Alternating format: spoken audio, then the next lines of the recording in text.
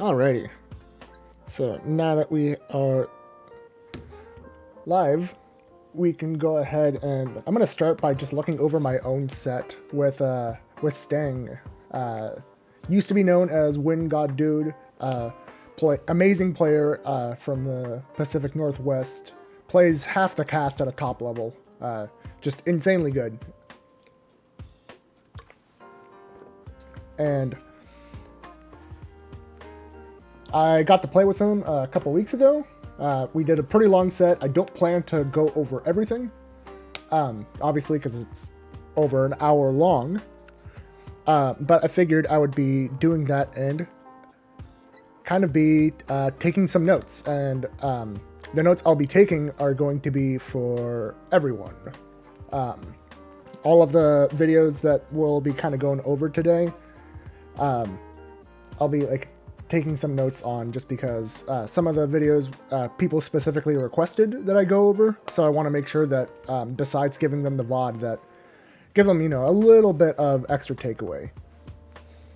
So I'm going to go ahead and get started on this.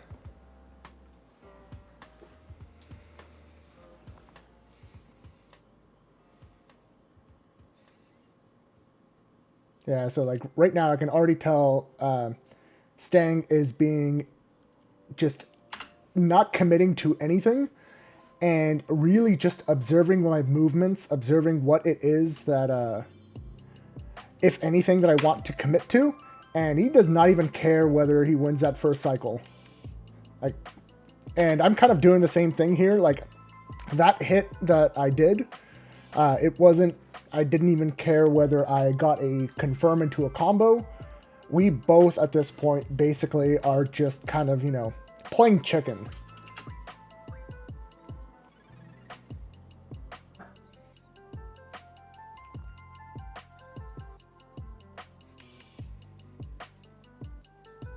Nice. First time he's shown a commitment to an option. Starting off with the anti-air OS is not a bad call.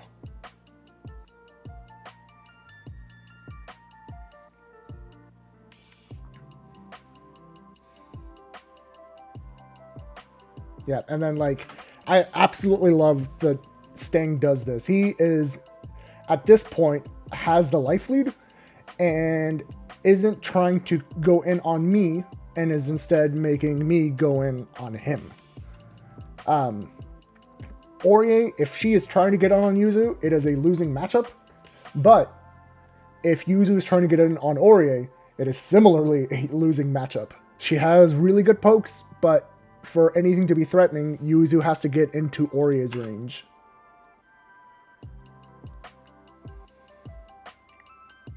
And here, you can kind of see that my goal for this last whole sequence has been walk him down to the corner so that he no longer has the ability to make me come to him. And once I walk him to the corner, it is less risky to be taking approaches. Just kind of going over this little sequence again. That 5C just kind of checking in case he wants to go in. None of this is committal at all. And yeah, I caught him doing something to try and re-establish a little bit of ground. And I have the life lead here, but now it's gone. And looking over this, it was pretty obvious that I was going to do some kind of stop and concentrate to try and fight for this cycle, because I use the cycle for meter and also to kind of lock him down a little bit. And so what I need to be doing in the future, which I will make a note here, is I need to be aware of people recognizing that they're far enough ahead in the cycle that I might do something to try and steal it. And so a smart play might be to not care about the cycle and just see what, if anything, my opponent does. So I'm going to write that as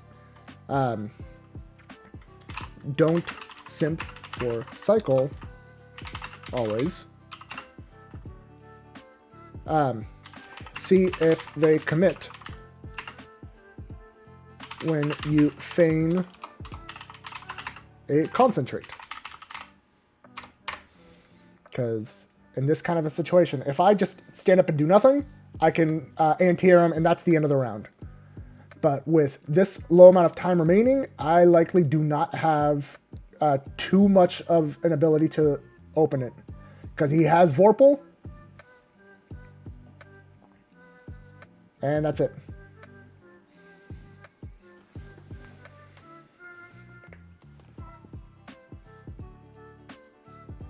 And again, we're mostly back to playing chicken, but I got it somewhat of a confirm. Dropped it, but you know, it is what it is.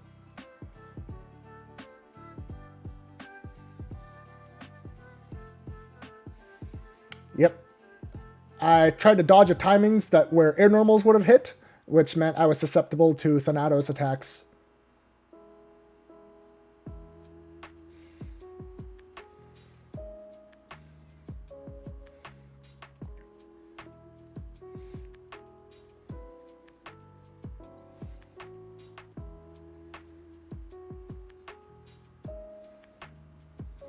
That was unfortunate because that 4B absolutely would have won the round. Like, that 4B into the full combo was enough to win. Now we're back to even, but I'm in the corner.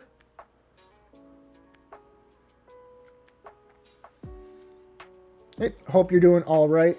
Yeah, over here, we're basically playing like air footsies. Oh, that was a super good reaction.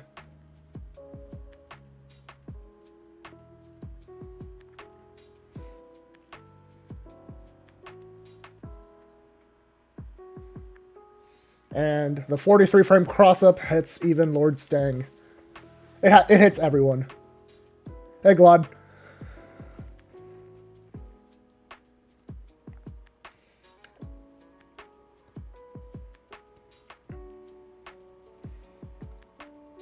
Yeah, kind of like going back over this little like stance sequence. Whenever Yuzu is holding stance, she is threatening. Yes, she can't block, but also her attacks are unreactably fast. You will not block them in time if she's currently in stance. So a lot of times, even if I'm not pressing anything, I will just hold stance menacingly and see if I can bait some kind of reaction out of someone. There's just the stance entry. Okay, re-entering stance. I entered with JA just because Aurier's air game against Yuzu is incredibly good. So Yuzu's J6A covers that angle that Aurier is capable of being at. I don't use that stance entry against a lot of characters, but it is quite solid against her.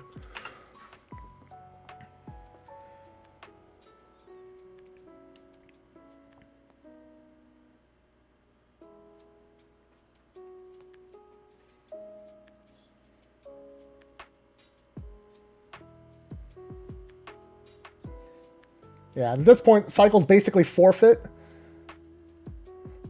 And, like, at this point, I was actually smart enough to know that it's not worth it to fight for that.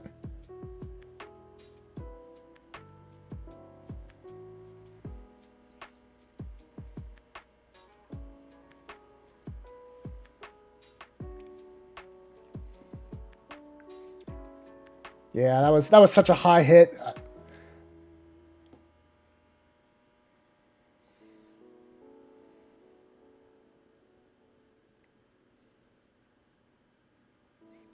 Yep. Caught my late 1AD with like a simple poke. You can get a 1AD to buffer out of an A normal, which is exactly what Stang did. And here I have to be very careful because thrust CS is absolutely a thing. So I'm just trying to run away.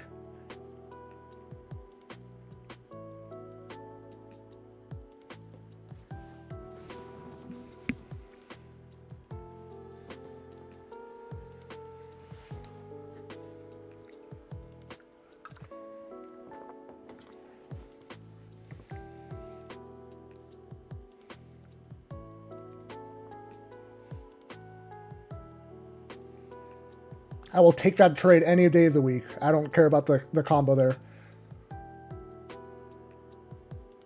Nice. On this whole sequence, Sting was basically exerting pressure from like all the way over here, and he got me spooked. I should have been challenging a bit more, especially because I'm ahead, and going back, just walking back would be losing me grid. Look at that. Just that little jump back already puts Sting ahead on the cycle. Holding my ground a lot of times, like not concentrating, but just holding your ground can do a lot for fighting for it.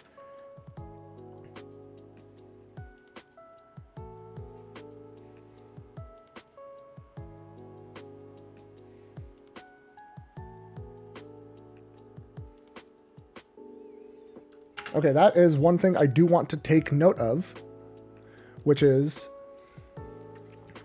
Ori, neutral, jump, J214A, and I are to air. And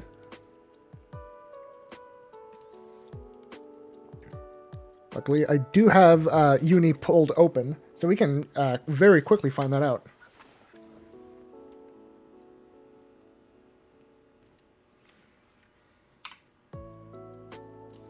All right.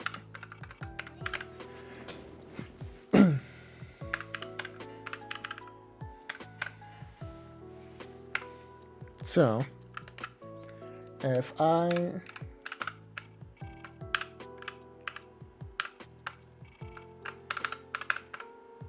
all right.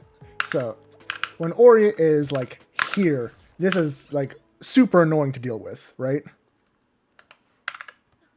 I can't just do a regular backdash. Okay. So. Yeah, that is quick. Even knowing.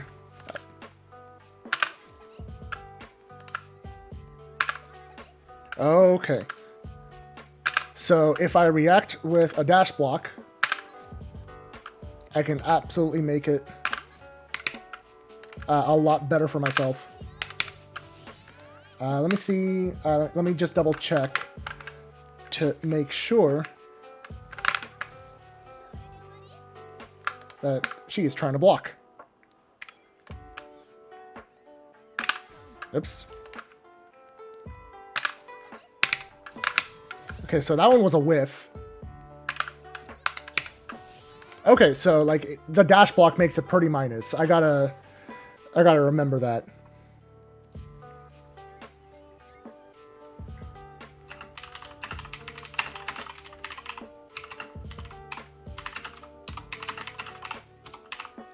But the other option I want to explore from this, I'm like, it's contestable in a sense, but the thing is like, can I do it on reaction, right? Because like if I do it preemptively, of course, I can just murder her. But I'm thinking in a match, can I see it and recognize the situation?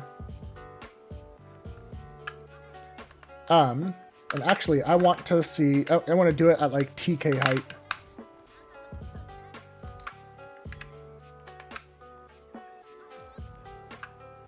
Wow, that pushes her really far back.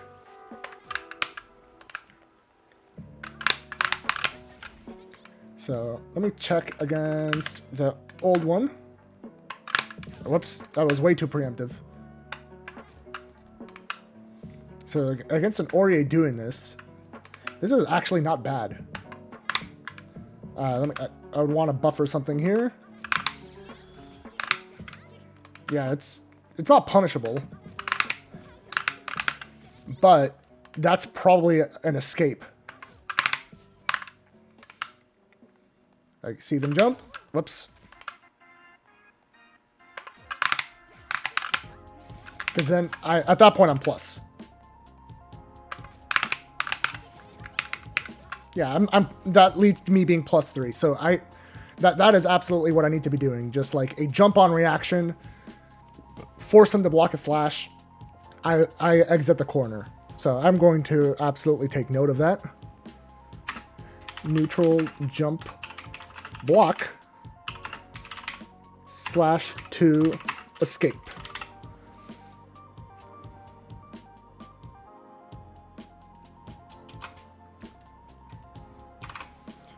All right, now back to the video.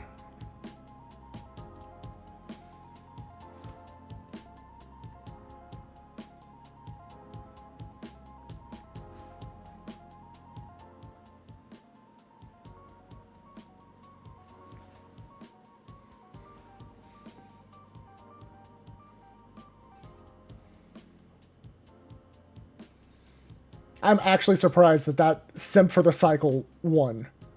That kind of cycle simping normally does not do anything against Stang.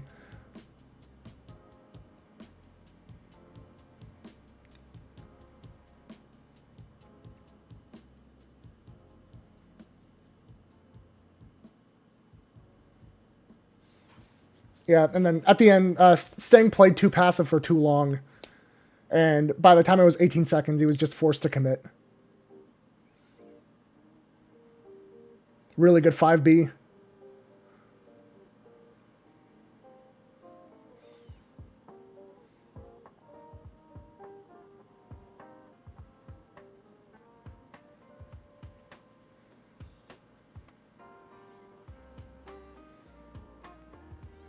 Okay, if I'm smart here, I just am checking what he does. Nope, I was not smart and back off. That's, yeah, another instance of me giving up cycles by doing up back when holding my ground would let me win it.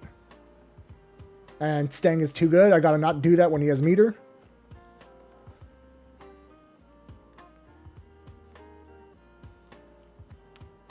Okay, that was absolutely a 5 CAD attempt.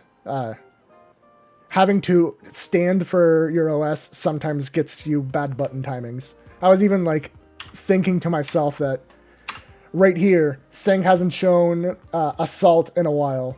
It's probably going to happen. I should 5C, and nope.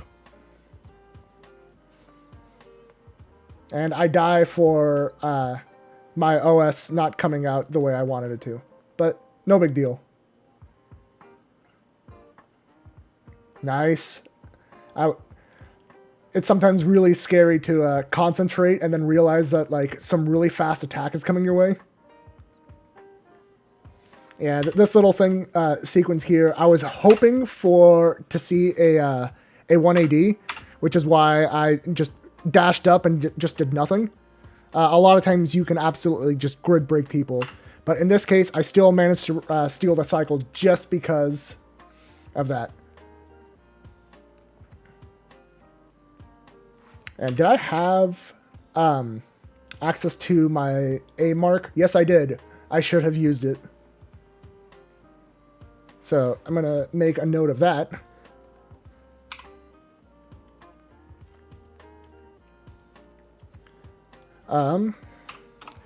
Don't dodge so much in the air. Try using a mark to air. Because Yuzu's J6A covers Aurier's space really well.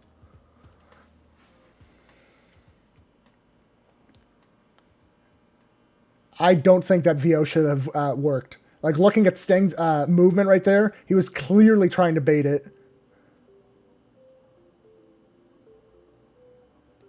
And it was just unfortunate.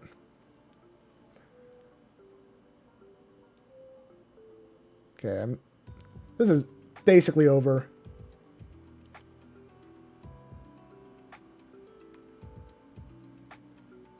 Okay.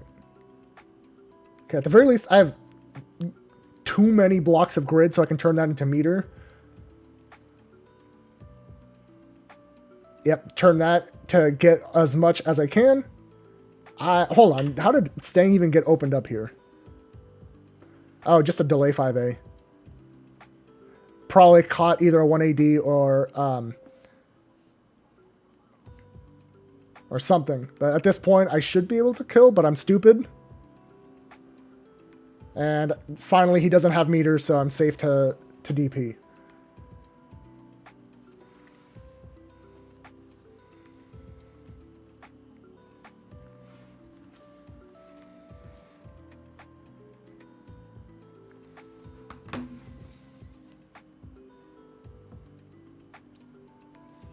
bad reaction on my shield.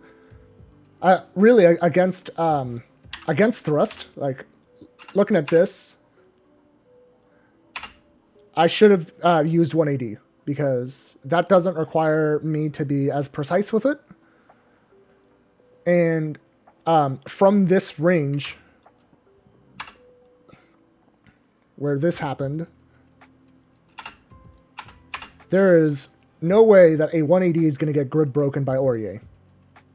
Doesn't matter if she does, like, her force function or anything like that. I'm safe. So at this type of range, I should be on reaction using 1AD.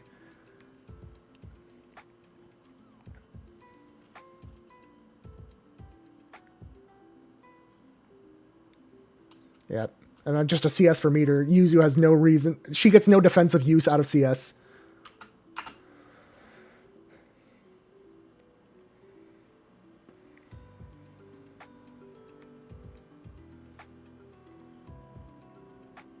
I fucked up my VO strip.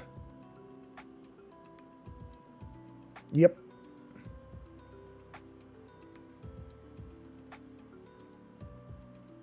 Still basically just CSing for meter, because I don't have... Most of the time, Yuzu just doesn't have defensive uses, but, you know, meter is good. It allows her to Vorpal strip and allows her to tack on bonus damage at the end of combos. It is quite good.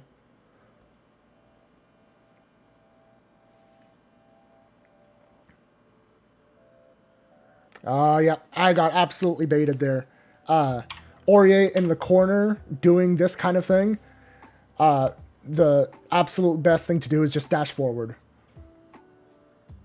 Like, as soon as you see that the Air Force function, dash forward. I know better, but, you know, sometimes in the moment I do not react correctly.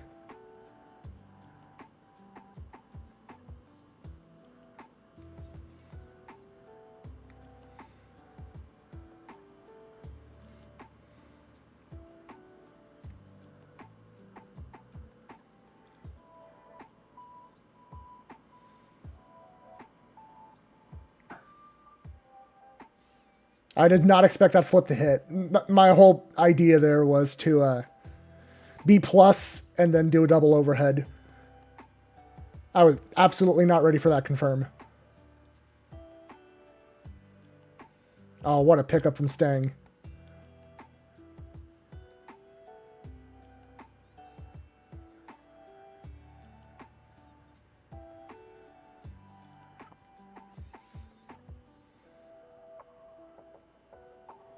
Ooh, that was not smart of me. That was incredibly dangerous. Oh, nice.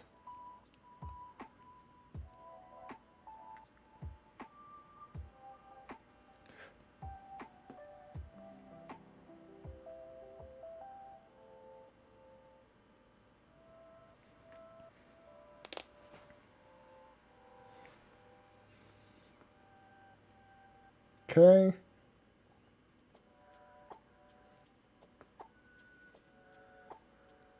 I really loved Yuzu 6. It covers like a ton of spaces that you normally are interested in covering.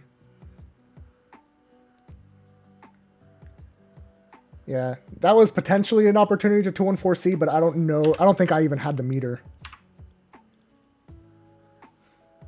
Oh, just barely. But I didn't trust it. I've been hosed by having a like 99 meter and then just dying because I do just like a C button. It's bad.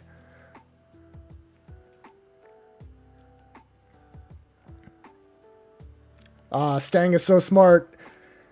That that flip would have beaten her Sacred Spire. But he didn't fall for it.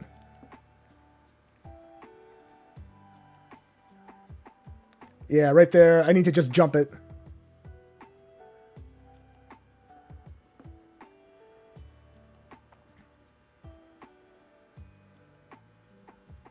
And just barely did not have CVO.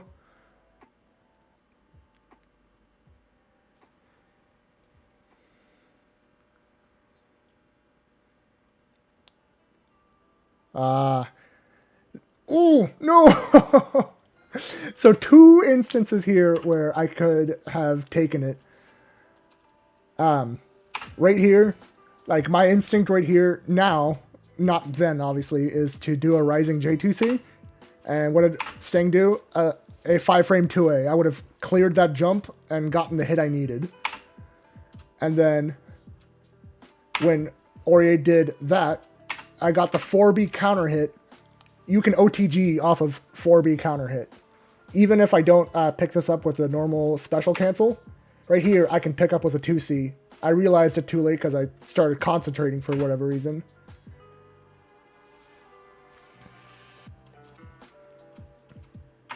Alright, I think that's pretty good info from that. Like, looking at this, like, basically the stuff I needed is not really anything to do with, like, Aurier. It is just, well, except the Aurier neutral jump thing. The Nishine is, as I know it as, just because I've used to only see Nishine doing that, but some Auriers have absolutely started picking that up.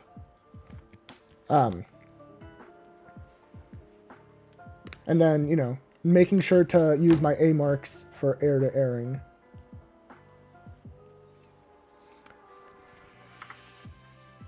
Alright, so for the next one, gonna go over Troc versus Salty.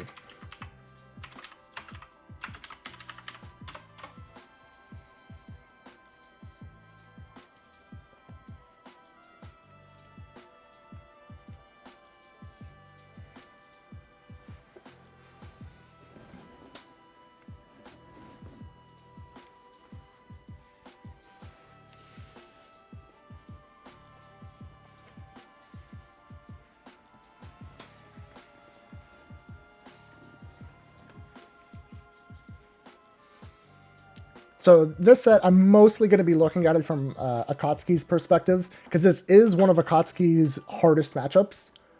And, like, Yuzu being a weird character, if you aren't familiar enough with how she works, this matchup is just pure pain as Akatsuki.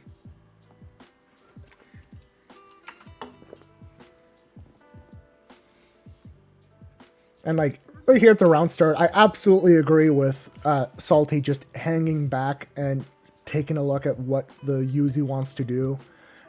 It's super important to figure out, like, how a Yuzu likes to zone, because every Yuzu zones differently.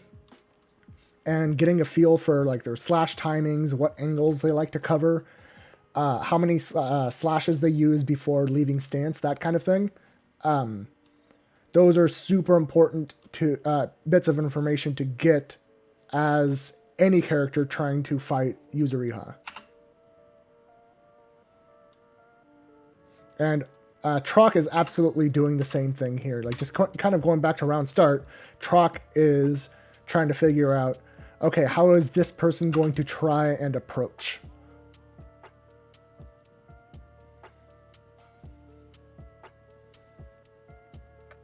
Yeah, he's keeping the pressure super basic, and this is something that so many people fall for. It is like, I don't blame anyone for falling for it. I fall for it.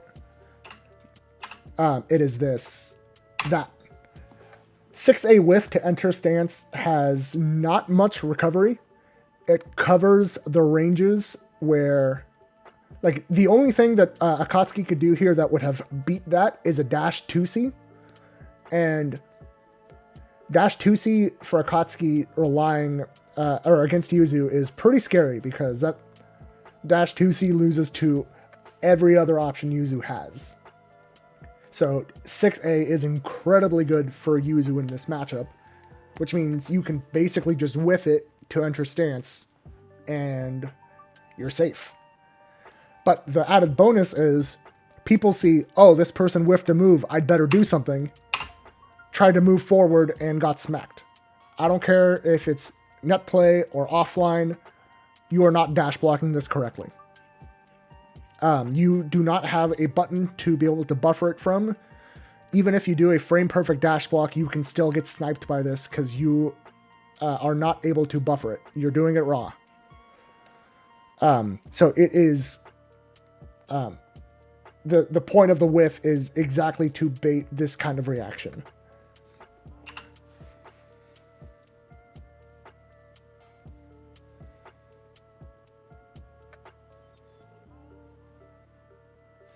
Yeah, then here, like, Troc is absolutely just not trying to necessarily open up Salty.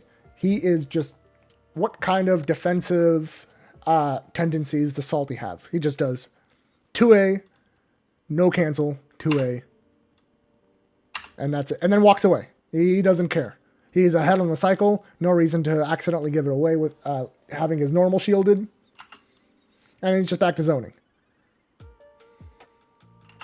So, like, from here, Salty, I still believe, is doing the right thing of just observing what Troc is doing. Because, really, Yuzu still has basically all of the advantage. And it's important to not just see what her zoning tendencies are, but what her offensive tendencies are. So, like, at this point, if I'm Salty, I am considering for next time mashing out a little sooner if the Yuzu is going to be that passive on the offense. I won't necessarily do it immediately in the next situation it presents itself, but I will absolutely be keeping that in the back pocket at this point.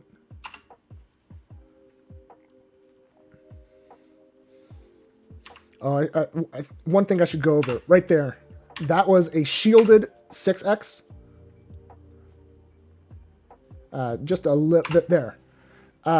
If you shield Yuzu's J6X, it is not quite like shielding an air normal, but somewhat close. It makes Yuzu have to fully recover from the move before she can act again. But at this height, Yuzu can't recover until she lands. So, like, having successfully shielded that is Akatsuki's time to do a deep dash and start pressure. So that is absolutely something that, like, as Akatsuki, you have to watch out for, is if you shielded, then air short slash, immediately be going in. Ishwan, to answer your question, the 2-on-4 into 6x is gapless even on shield if you do it immediately. It, like, a lot of people are, like, trying to buffer throw or buffer DP when they think a user is going to do, like, the +3 TK flip. And one of the counterplays Yuzu has to that is do the flip into an instant low. And if you're buffering a DP in the same, even if it's a 2-2 motion or a 6-2-3 motion, you're dying because you let go of down at some point. So yeah. But, like, at this point, this round is very winnable for Akatsuki.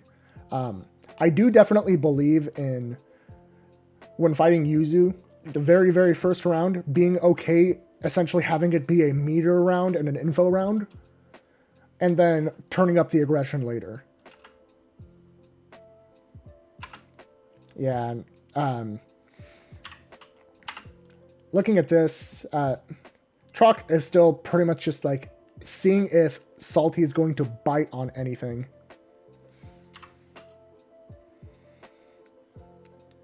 Okay, it's +3, but this is pretty spaced. It's pretty important to recognize that it's pretty spaced here, because, like, a micro walk back into an A button is absolutely going to stuff everything that Yuzu can do from here. Notice Troc had to dash forward for the her A button to connect. It's her A buttons are super, super stubby. Unless she's, like, literally right next to you, she can't really do much. So, like, just be on the lookout for that kind of thing. But at this point of the round, I am hoping that Salty will just maintain the cycle advantage And, and I'm also hoping that he doesn't get thrown into a Vorpal Strip. Nope. Troc did not go for the throw. That was super smart. At this point, like, Troc has shown some 6As to enter stance, but most of his checks, especially at this range, has been with like 6B. Like that. Like, that was a 2-3-6B. And checked with 6B, which is why Air Assault J6C is amazing. That is absolutely one of your main ways to get past her zoning. She has to start doing more 6As to counteract that.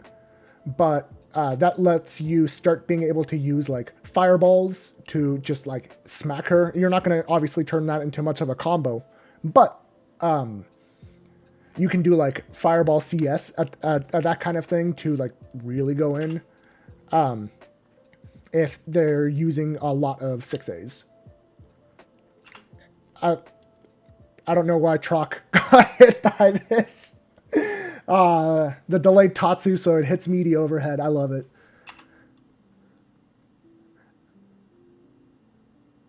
Yep. And at this point, like, turning, like, the round is completely turned around.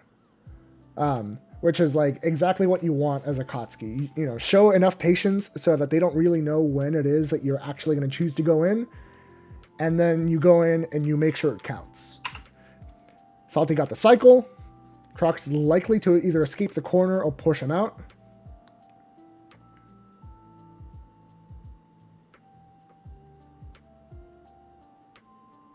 Yep, got the throw. Lost the cycle, but that was a really smart way to use CS just before it ended. Troc, being smart, did not do 214C there because Akatsuki did have the meter. That was just unfortunate, but it's still, at this point, very hard for Yuzu to win. That I do not necessarily agree with. Even with, actually, no, never mind. I actually do agree with that. Yuzu with CS and 200 meter could have absolutely turned a throw into a meter dump.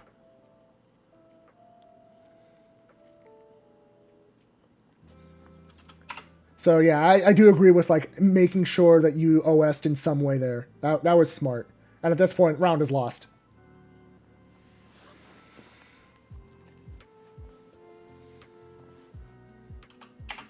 Yeah, and Troc making sure to cover the air just because at this point, you know, Salty already showed willingness to go for the J6C, which is super important. This is the point where, like, if I'm fighting Yuzu as a Kotsky, I absolutely start showing fireballs. Like, I'm talking like B fireballs just to like smack her. I really don't care necessarily about like the combo. Or dash 2C. Dash 2C is way higher reward, obviously way higher risk. But you have to show it once they start trying to cover the angle that way.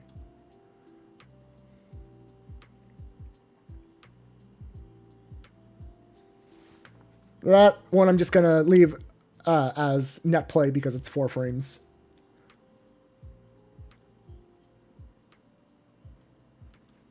Okay, so you have a significant life deficit, but you have plenty of meter. You don't have CS.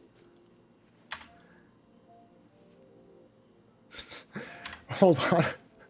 This is what I mean about Yuzu's A button being stubby. Look at that.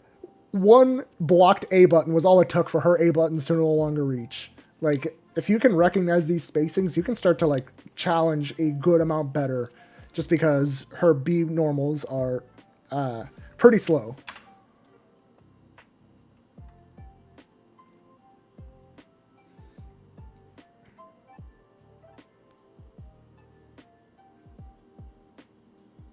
Okay, how did you get opened up here?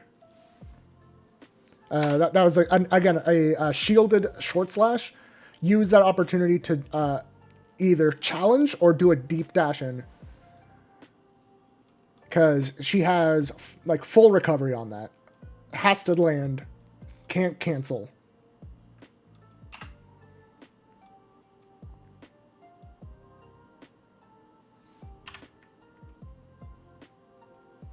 Yeah, that was just unfortunate. I actually agree with that far 5B.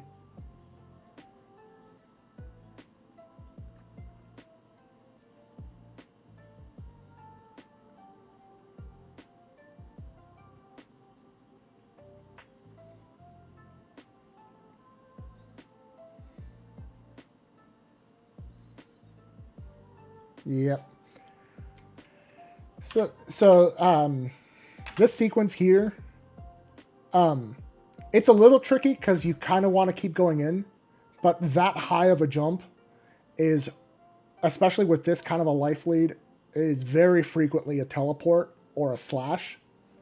So like at this point, it is a pretty good idea to like stop what you're doing, hold down back, and see if they teleport. And then on reaction, you can absolutely 6C. If you're talking about the shielded slashes that I was mentioning, the short slashes are the ones that are like way more affected by shield. Long slashes, she can still special cancel. Short slashes, she is screwed until she fully recovers.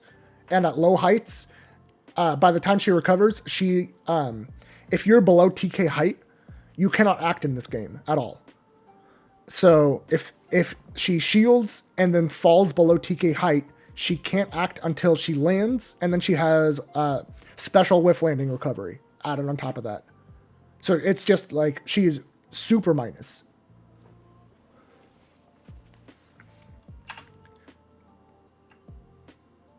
Yeah, and then at this point, this round is over.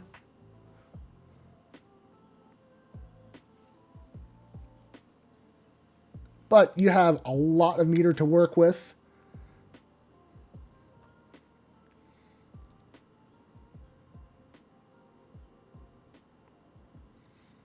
Yeah, more potential, just net play being net play. Not much you can do about that. Nice. I like that EX Fireball quite a bit, actually.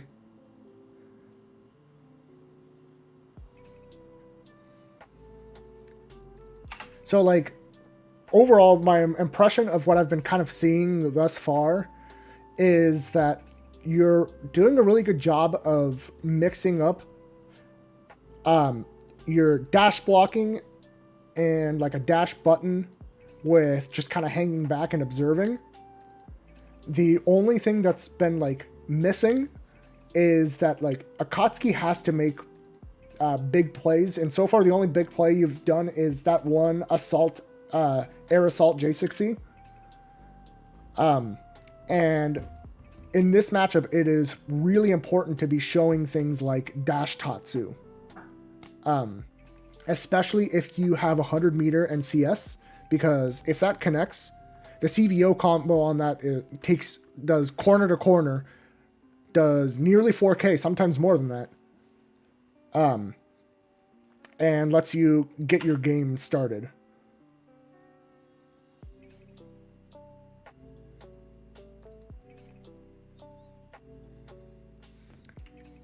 And like, I do like starting to show jumping. Jumping once Yuzu is in the air is a little bit spooky, but it's not a bad thing just because, like, depending on the angle at which you jump. Yeah, dash Tatsu, it's rough because you know as well as I do, it is a big risk. But it's one of those things that, like, you just have to try and let it rip sometimes and hope for the best. Like, it is scary to do, but you can't play this matchup 100% smart. You have to show some stupid to scare the Yuzu into being a little bit more passive. Because Yuzu, in order for her to deal with to deal with dash Tatsu, she has to really tighten up her zoning, which makes her zoning end sooner. I'm going to go to training mode real quick. Let me...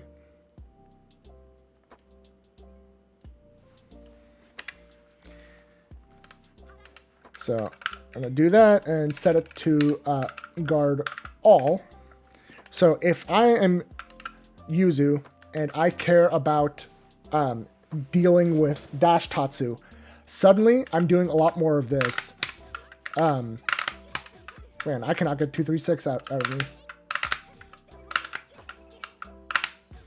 Why am I not getting... There we go.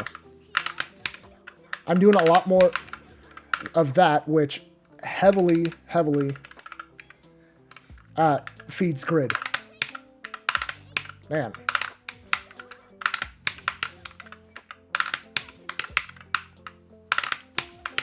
Even with my apparently terrible execution today, I'm just bleeding a ton of grid, because a single slash is a full block.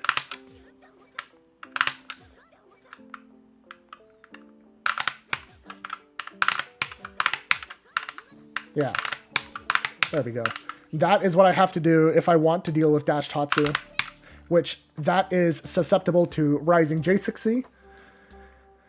And the only other thing that's is that I can do to be ready to deal with dash Tatsu is a dash block and force you to spend meter.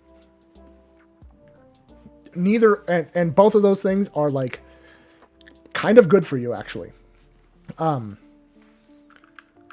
So like doing the ground game, I can't do this against dash Tatsu. Dash Tatsu will very frequently clip this, and just because she extends her hurt box about like half of that slash is a hurt box in the air. On the ground, not so much.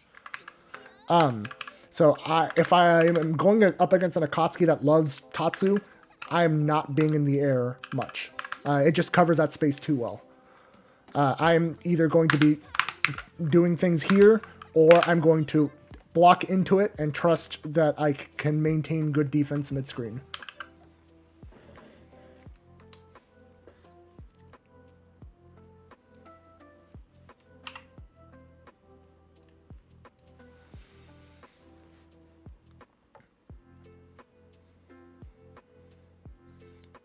And like honestly here, that jump air assault would have worked if Trock hadn't happened to have left stance right there and done a falling JB. Like, that was just unfortunate.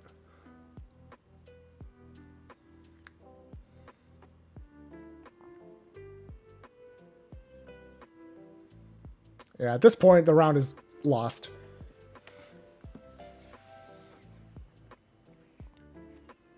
But like, you know, playing it how you've been playing it for the most part has been really good. So far, 2 of the times you've been opened up has just been like hard to block assaults. Hold on, let me go back to here. So in stance, already used up the A mark, and it was a whiff. That is absolutely your cue to jump. She cannot contest the air anymore. Like, so that is a huge part of fighting her. Watch her enter stance, and if she whiffs the vertical slash, she can no longer cover that space at all. And the fact that she whiffed, you know she's in recovery. You're not going to get smacked for going in. Just jump at this point. Like, I'm just doing either a rising J6C or an instant air assault J6C. If she decancels, she's not going to recover in time to anti-air you. You're in. Like, regardless, if you recognize the situation, you are just in. You might not get a combo, but you've succeeded in what you want, which is be in her face. For reference, the long slashes, the Sakis, they have total, if she wants to decancel, it's around 50 frames of recovery. So, like, you have a lot of time to get in. You can fully close that distance in, you know, the 50-something frames. Yeah, like, every Yuzu understands the pain of having accidentally whiffed a long slash and then you're just dead. It's why, like, if I want to cover that space and I think it might whiff, I often cover that space with the small slash, just because it has less recovery. Not necessarily, I won't necessarily be able to like punish someone trying to go in, but I am more likely to be able to block in time. Yeah, by like having, oh no, right here, this was your opportunity. Okay, you blocked this. Or sorry, that whiffed. This is a prime 6C moment. She's in recovery. She can't do shit. Even if you trade against it, you're going to recover first. This is absolutely a 6C moment. Mainly because she whiffed. If you had blocked, I would not be trying to 6C unless I shielded something. On block, dodge is way more likely. On whiff, she is much more dead. If you do not trust the 6C, you can air throw here. She is in so much recovery, you'll make it up there. I personally just 6C because I trust that more. Also, the 6C moving Akatsuki forward has a good chance of making you go under the angle of her attack. Yeah, like I don't 6C unless the Yuzu whiffs something in this kind of situation, or if I shield their slash, because if I shield it, I know that they cannot do anything with special cancel. But a special canceled slash in this instance is either a true block string, or it does a flip, at which point she's minus because she did the flip from so high up. So like there's no risk on my part by having immediately challenged from the 6C.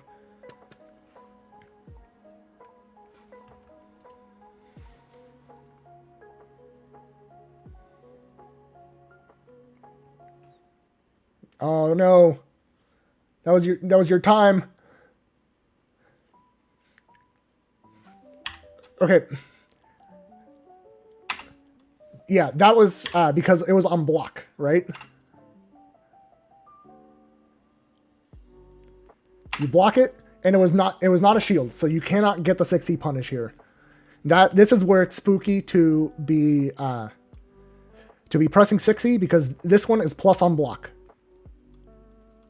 If I remember correctly, it's like +3 on block, and the long slash is 9 frames. It's kind of scary to press here, especially because her air slashes, the long ones, they don't have head property. They are just strikes that happen to be in the air. No head involvement's helping you here. So that's why that whiffed. But once over here, this was your time to shield and 6C.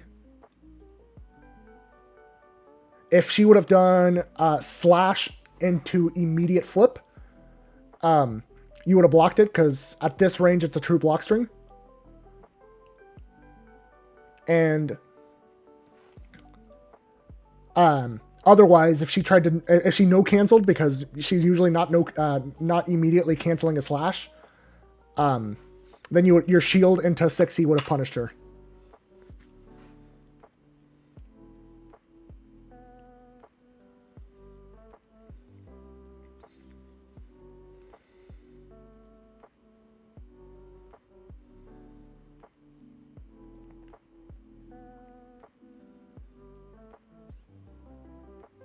Yeah, I really like how you're structuring pressure against her.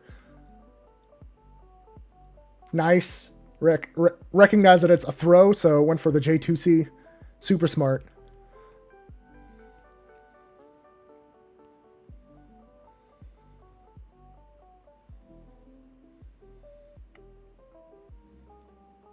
Yep, I love it. Held your ground. Yeah, that whole sequence, once you got that, was really good.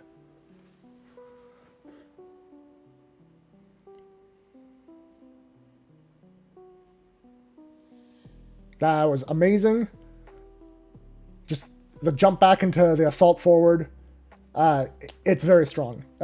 Like, if I am the Yuzu, it is really hard to account for an Akatsuki that like masks what they're doing that well. Because I think, oh, they're jumping back. They're just trying to reposition, and now they're suddenly in my face. It's hard. Like, obviously can't have that be the only thing you do, but it is an incredibly strong option to show.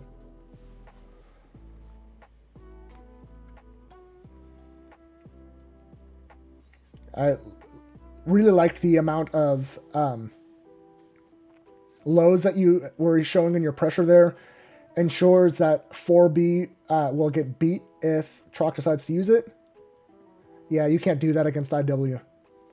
She's invuln for like 100 frames.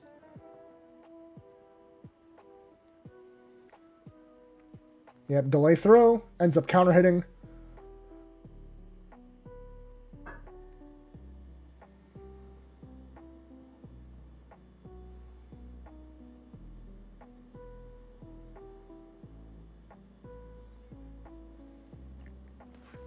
So something that like Troc's been getting away with a lot is block string into 2B no cancel. 2B has a really tiny normal cancel window. It especially with like buttons like far 5B, this is a really good challenge spot.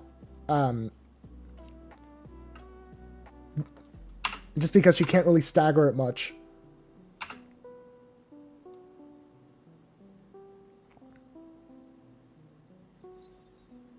Okay, at this point, you're so far ahead in life and grid and meter. Like, you have all the resources you need. At this point, like, I am hoping that you don't try to go in much and, like, force Troc to take the risks.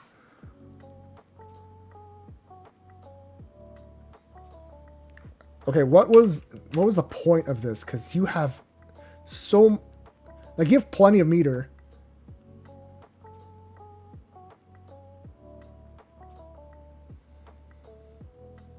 I don't know that I agree with having used meter that way, or the chain shift that way, but it didn't matter. You got the round anyway.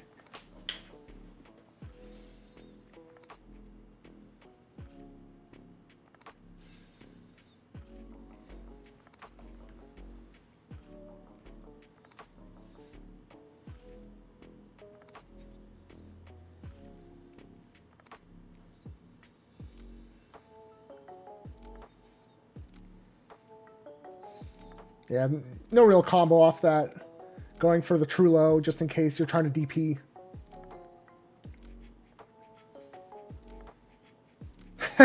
Oh, that's so fake. But it's hard to contest. I'll just explain it just in case you didn't know. So flip Hella Plus as long as Troc is holding stance. 6C into immediate D cancel. Troc is like -5 in your face here.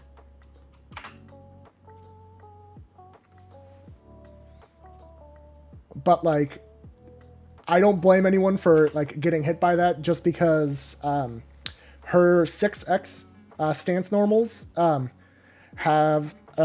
their cancel window is the entirety of their recovery.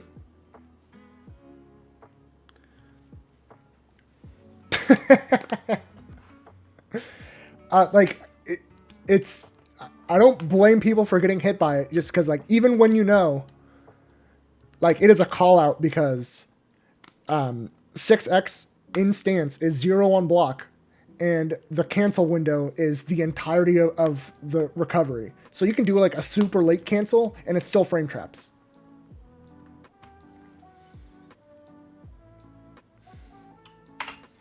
But yeah, like, I like, the reason I agree with Troc having done that is you had not been... biting on 6X into 236X.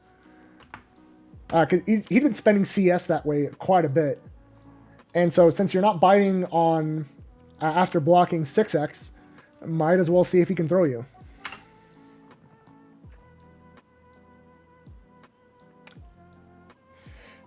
Yeah. If that had been anything but a short slash, you would have won. The short slashes have way less recovery. They only have like 36 frames, as opposed to like the 50 something. So like that wasn't a bad idea per se.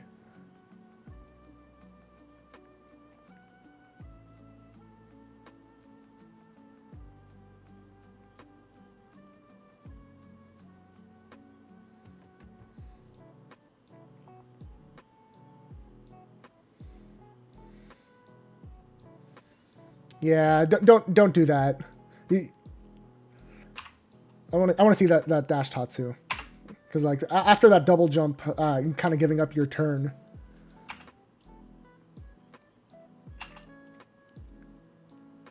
Man, if you had done Tatsu after the first dash and not the second, it would have absolutely worked. But like, it's hard.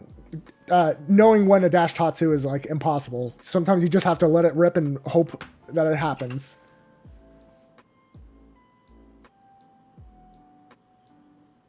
Yeah, that's like, I don't blame you there. That shit's rough.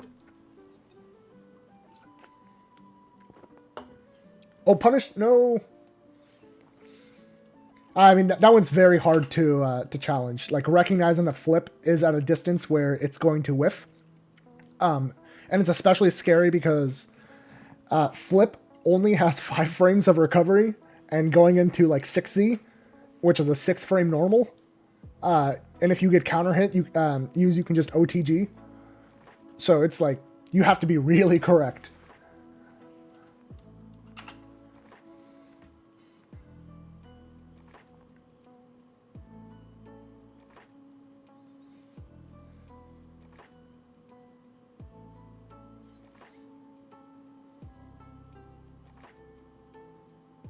I really like that dashed Eitatsu. It absolutely clears her her 2A at that timing. All right, let me see. How did that interaction happen? Okay, that was just a stare down that you happen to lose. And then Troc doesn't have execution.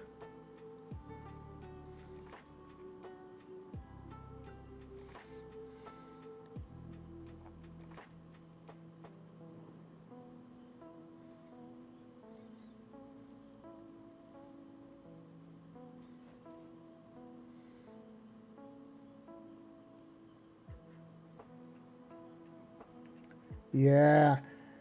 So like I don't mind the fact that you're jumping, but it is really scary to jump at Yuzu that is out of stance. I personally like jumping at Yuzu at times when we're either both like trying to reposition in neutral. I don't like it when she's in like zoning mode. Let's see, how do I describe it? Like, if she's leaving stance, to me that's a really good time to jump, because Yuzu, like, immediately on leaving stance, if she wants to like recheck the ground approach, she has to immediately commit to the ground poke. But something that I think you have not actually been showing, let me go back to that jump. Okay, yeah, you get hit.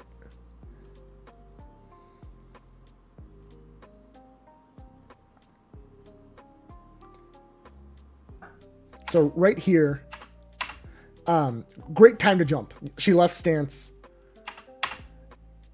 I would hope, like here, at this angle, I would try to immediately jump again, because you're directly in at the angle of her, both her 6A and her 236A. A double jump here gets you past that, and she literally cannot anti-air you while in stance. So, like, let me see if I can show you what I mean.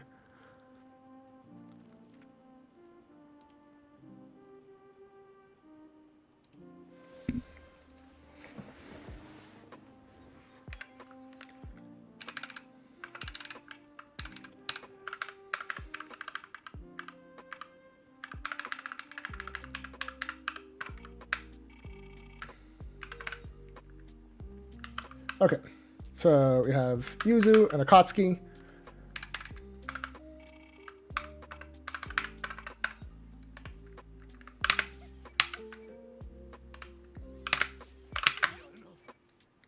Something like that should suffice.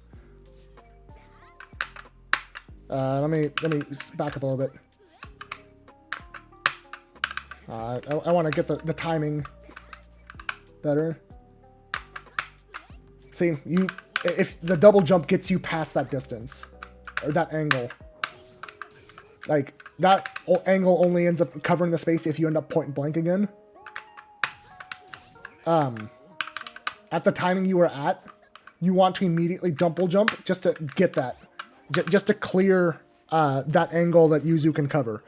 It is a very specific angle, and when people get past that, she has no options at all. And it's like really important to really internalize what that angle looks like.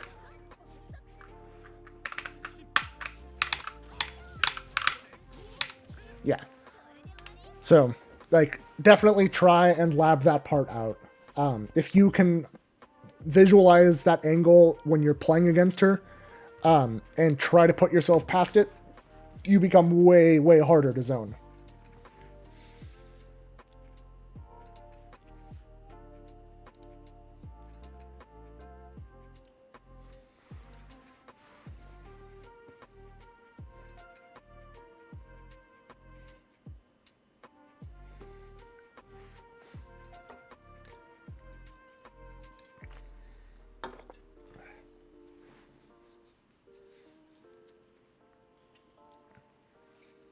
Yeah, this will probably be the last of the rounds of this set, because I think I've, the matchup nuances, I think I've basically covered everything. Because, like, besides this, you very clearly know the rest. Yeah, that was really good. But, like, we talked about it, Air Assault J6C has kind of bad scaling. That looked like to me it was supposed to be a dash block. I want to see that again real quick. Yeah, that, like, at that whiff, if you had done a 6C.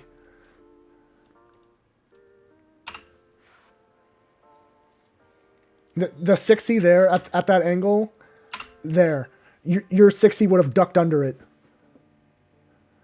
No, 6C absolutely catches here. She extends her hurt box way down. And you go under the slash because you move forward to her dead zone.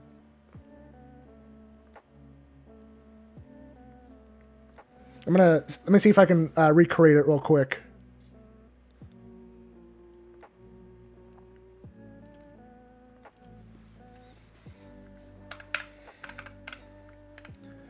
So the situation was basically that into that, right?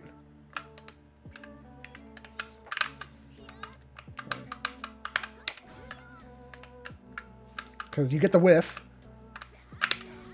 and at the time, like, if you react to the whiff, I can even do it a little later.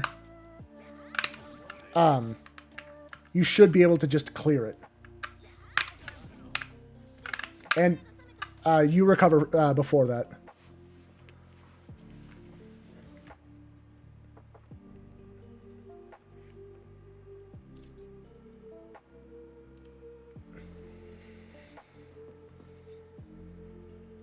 Like, to me, the 60 there is worth the risk, just because the reward is so high that to me, it is worth it. Because, like, Yuzu's defensive options are basically just system mechanics. So, when she gets hit, it is not just that she eats a combo, because that's, for most characters, that's kind of whatever. It is, she eats a combo and then has to get out with subpar tools. Like, if I eat a combo as Akatsuki or as Lene, it is nowhere near the big deal that it is if I eat a combo as Yuzu, especially if the combo takes me to the corner. So, like, it is worth taking risks that can give you a hard knockdown, even if you stand to eat a combo yourself a lot of times.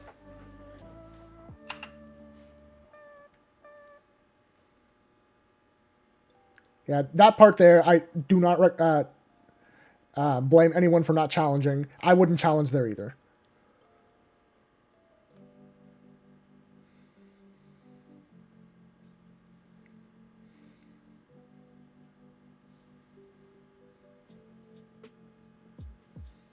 Okay, Trock, why didn't you go into IW?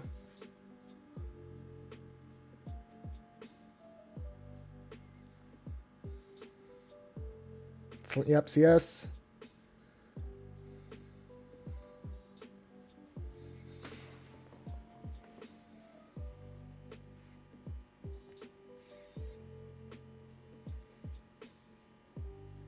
Oh, please kill. Trock, you're a bad person. You're a horrible, horrible person. So that was not even on purpose. Trock wasn't even nice with this. That flip was meant to be an A teleport. The only reason why A flip ever does any work is because it is a bad move that no Yuzu uses on purpose. And because of that, people are caught off guard when they see it, and then they eat a combo.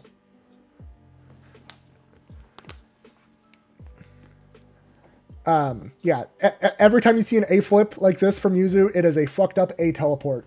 That is what happened. Yeah, and she wins the trade here. Look at that. She eats 500 damage. You get an OTGable combo right there.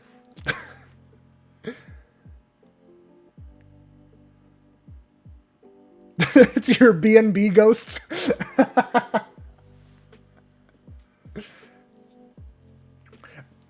That was bad from Trock.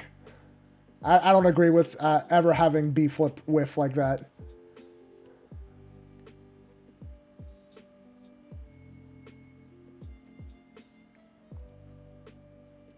I also don't agree with spending grid in that combo.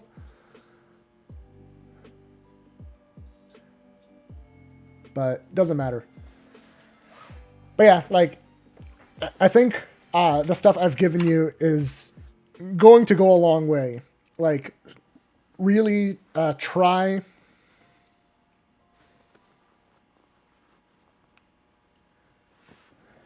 really try to like experiment more with dash Tatsu. Don't double dash Tatsu, just dash Tatsu. Let it rip right away.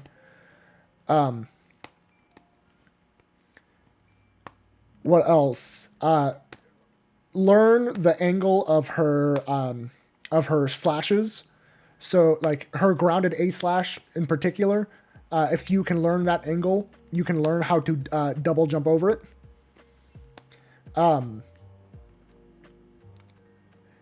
This is much harder and it's just bonus points. If you can recognize the spacings where TK flip, even though it's plus, she is too spaced to do anything with it, because that's a good challenge opportunity. And on the topic of flip,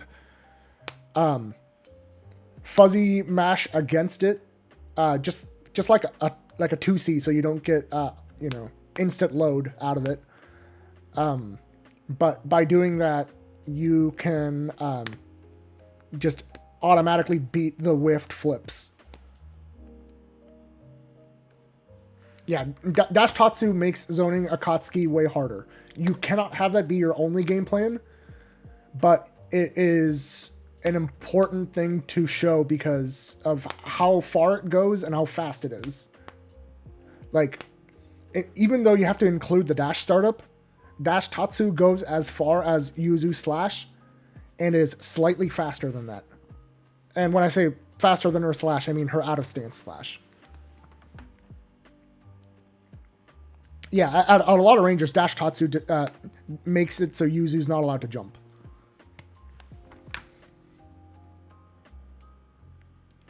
Alright, now let me go into the next set.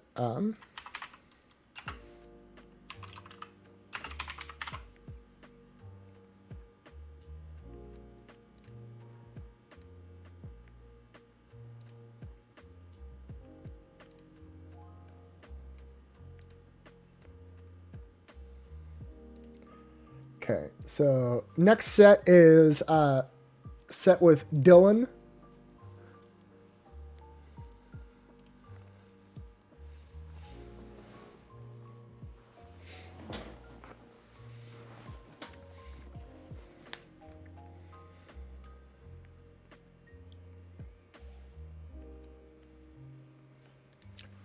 Oh, this is something like that I forgot to mention. I like to do this sometimes versus Yuzu as Akatsuki, and I do this mainly like if I have a decent amount of grid blocks and want to like get the max meter out of it while at the same time like scouting for options. Is I like to dash CS. So you like dash and then 1DD. Obviously, you can't do it with 1AD because out of a dash, 1AD becomes 2A. But dash CS as a Akatsuki is quite strong against zoners. Obviously, don't do it all the time, but like it can create some really good opportunities for you.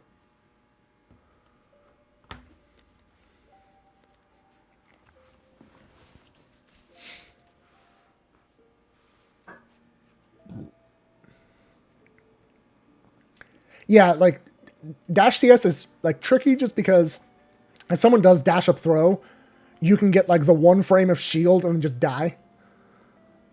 Which is why like I don't like to use it a ton, but I like to show the option exists. And yeah, you're welcome. I'm hoping that this is helpful. I am rocking the Ghost / Sokitsu color. Wait, Ghost, are you still using that Yuzu color?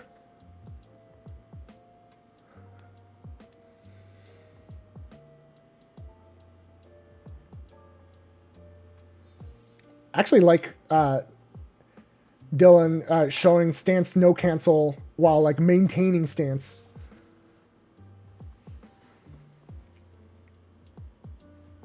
Okay.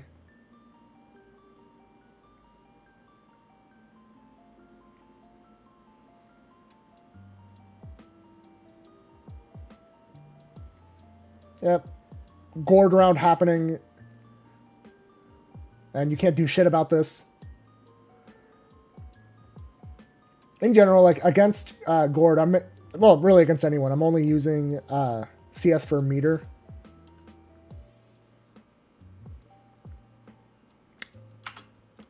I really like that from Dylan, doing the dash 2C, since it clears the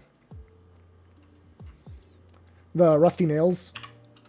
But Star is a maniac and will EX Reaper basic strings. That was really unfortunate because right here, you're still in stance. You're holding D, and you freaked out and let go of D when you could have dodged.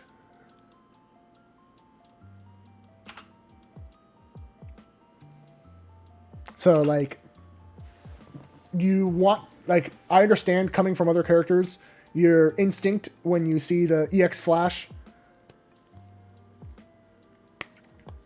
Even on shield, the 6x is only -3 on shield. You can absolutely dodge in time. Because it's 0 on block normally.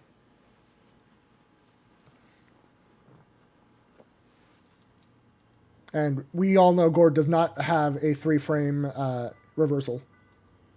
On net play, dodging is harder. So, like, you know, I will lose trying to dodge these things all the time just because you don't have an input buffer and you have a 2-2 motion. But, like, you have to go for it. That's the only thing you can do.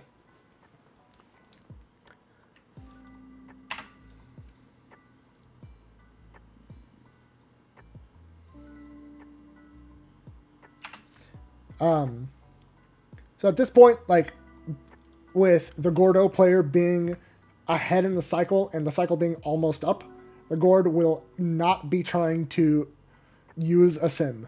A sim is too much of a risk. So at this point, I am likely just blocking and looking for whether they're trying to throw me.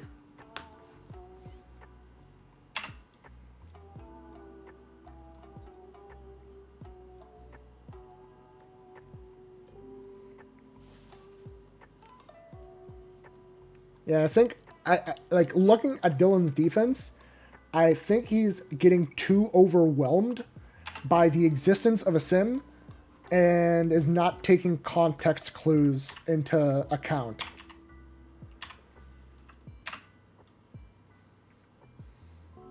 Yeah, like here, did the right thing. You know, got CS, and now Star is the one behind in the cycle. You're already at 3 grid blocks. He has to start going for a sim to actually win the next cycle. A sim or a throw. Because the throw combo ends in a sim. So that one throw did a 4-block swing. Or a 5-block because you were at 3. It's huge.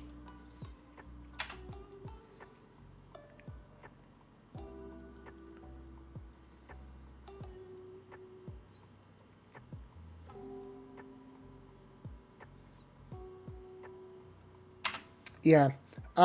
Something that I would recommend for just dealing with Gord in general at like a layer 1 level is learn the timings at which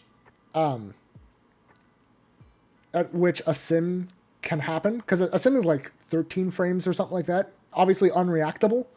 But because he has to leave himself open for that long, and you have to get out of throw protection for it to work, there are fuzzy jumping timings that you can absolutely kind of get away with. Let me bring out ye old...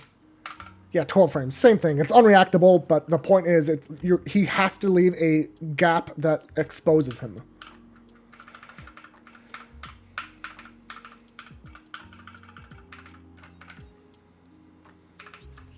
Okay. So, I do that. And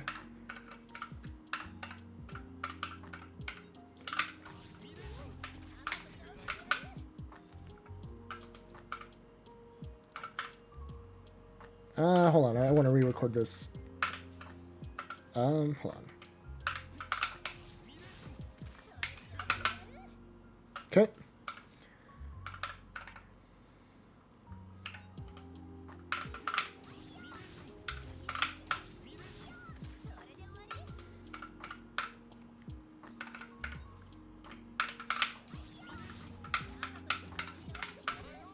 Hold on, that was a bad one. Hold on, that's not... What's the string? Yeah, that's what I want. Yeah. Okay. And then clear that. And so, you should, like, I'm probably going to fail at this a few times, but it's still, like, worth practicing. So you eat the first sim, and you practice the fuzzy jump.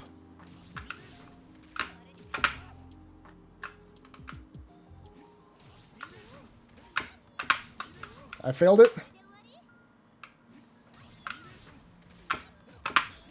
I failed that one. But, like, you can absolutely be doing this in a way that makes it so that you cannot get a simmed off by, like, a frame. I got to do it a little sooner. Yep.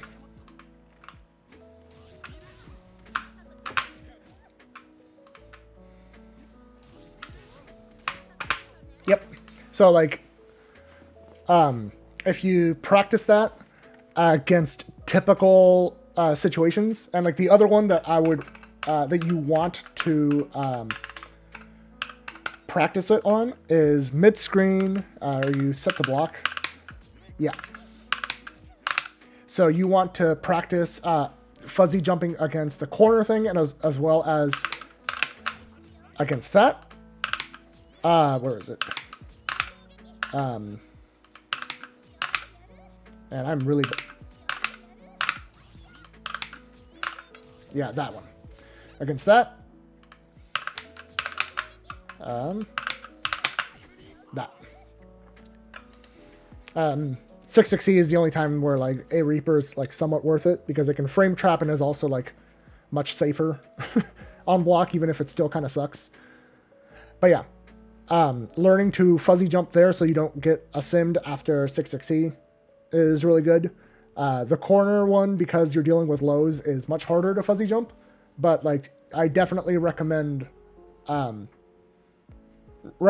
practicing that fuzzy jump timing.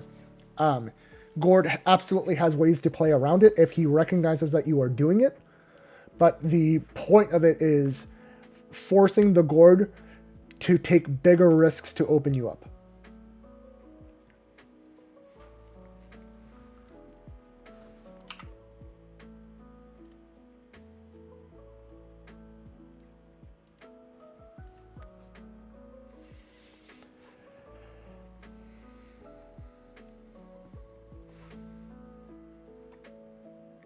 Okay, it is going.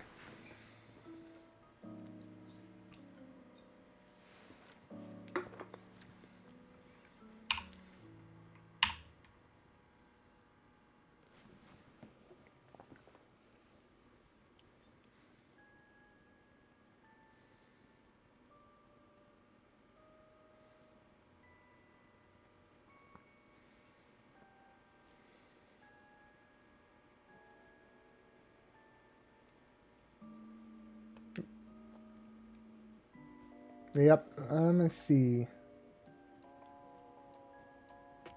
Fuzzy overhead, yep. It's not even like too hard to block, but that's definitely one that you want to practice blocking. Yeah, just a quick note here. If you do the instant cancel off the 6-6C against wide bodies like Gordeau, you are not going to be able to finish the combo.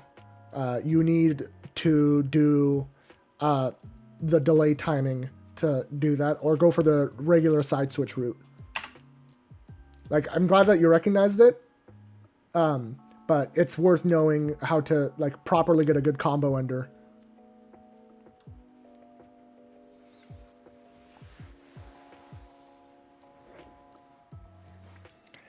Yeah, like fuzzy guarding is hard to do, especially because like your window to do it well isn't the greatest, but it's worth practicing anyway because it can get you out of a lot of situations.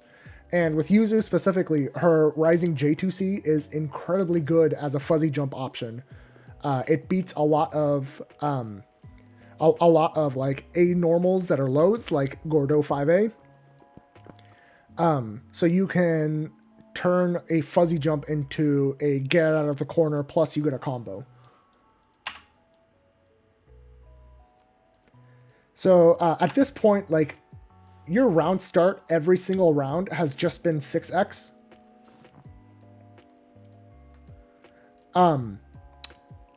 Which it makes you a little bit too predictable. Like, you've just been doing this every single time. And if Gord is going to let you block that, and has shown that Gord is letting you block that, you have to round start and go on the offensive. Like, that's when you like do dash up and do throw RPS. Because you're letting Star play incredibly safe here.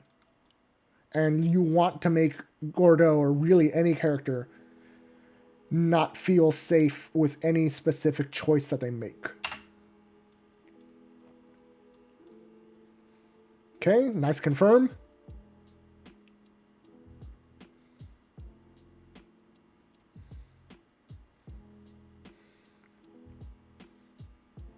Nice.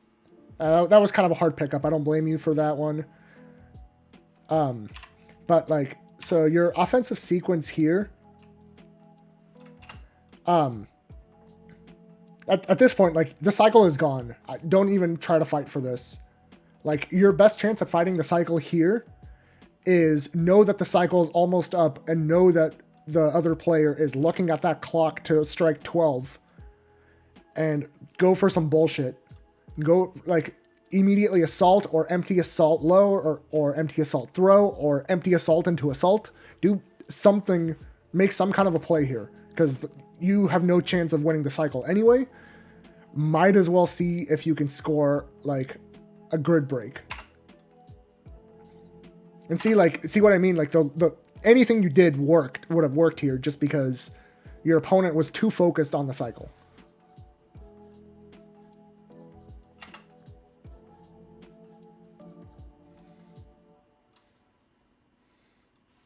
Okay, so here, I'm basically fuzzy mashing. At this range, literally the only thing Gord can do is Reaper, which you would block, 5C, which might hit you, but that would get him nothing. So, like, I'm basically just challenging right here. Gord has to, even though you're minus here, Gord has to take a risk to turn this chain shift into something useful for him. Like, here, I am likely just, like, pressing 5B. Just doing it again.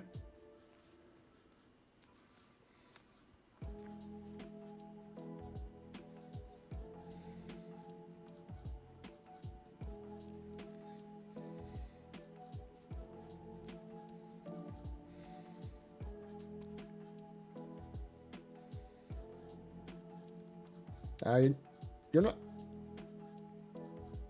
I don't know what the hell was with that VO, but whatever.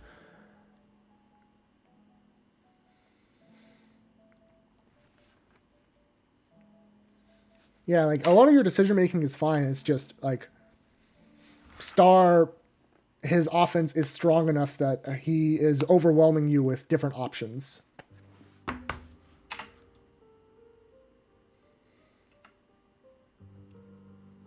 No! Okay.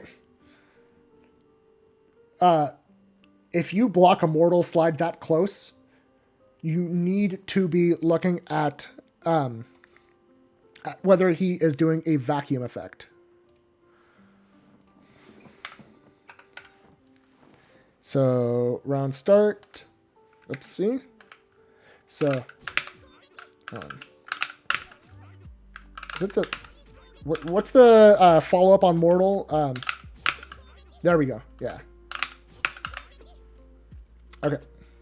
So I'll do that. And...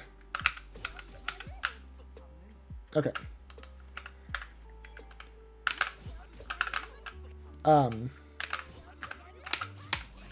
If you see the vacuum going in, I'm jumping.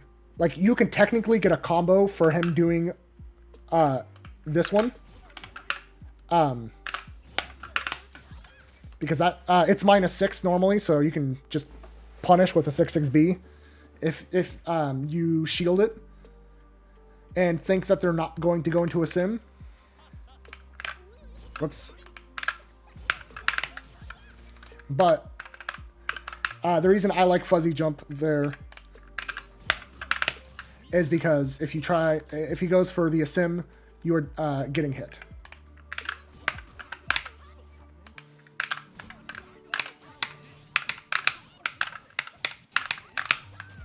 So you gotta look for that vacuum effect. Like, you should always be shielding Mortal Slide anyway. But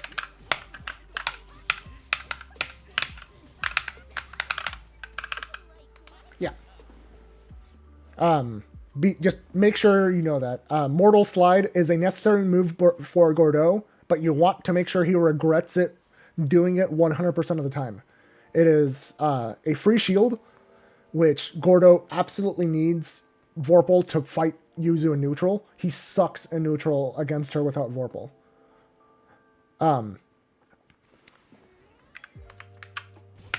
Look at that. Block and a half right away just because you shielded one move.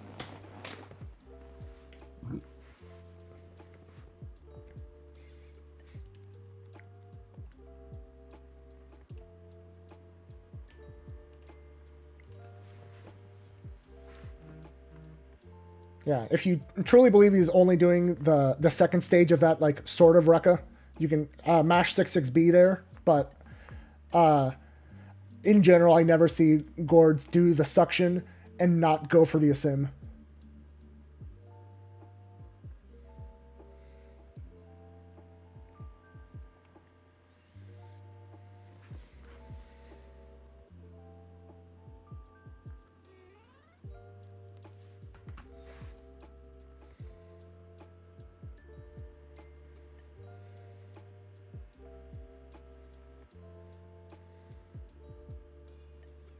I like that throw attempt.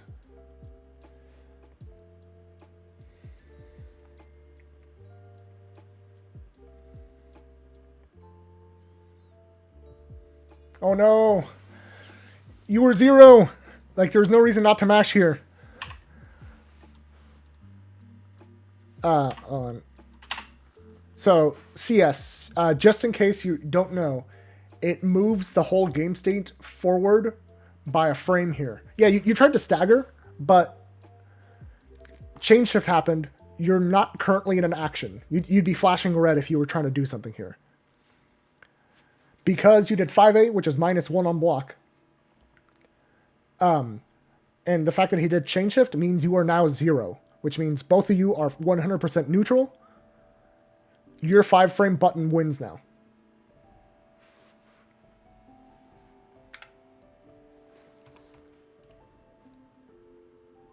And that 5A from him is a 6-framer.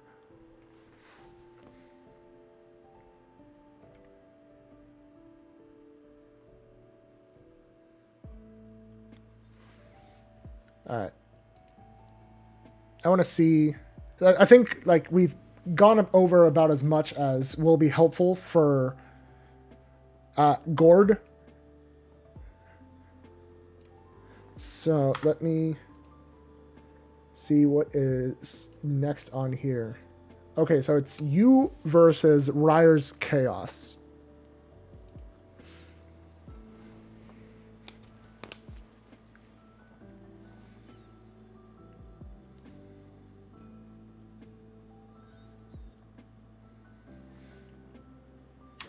All right, let me look at that round start again.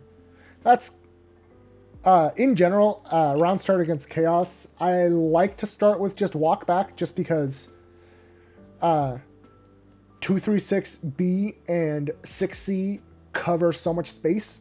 Yuzu, quote unquote, loses the round start here, but she starts winning at the instant she gets some range.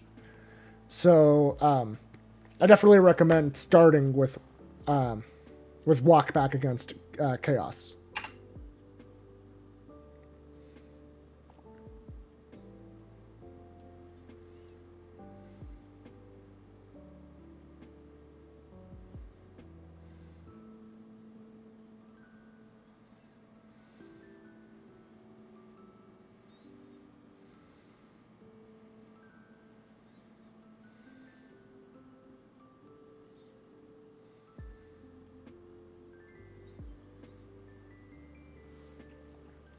Let me look at this sequence here again. Yeah, I like the wake up just really deep dashing.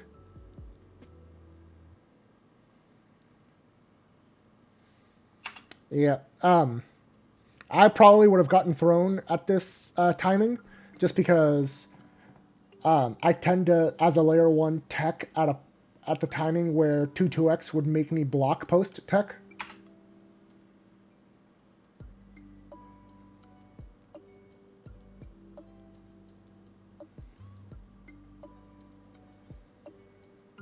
I'm glad to see you are showing teleports in neutral because Chaos hates that.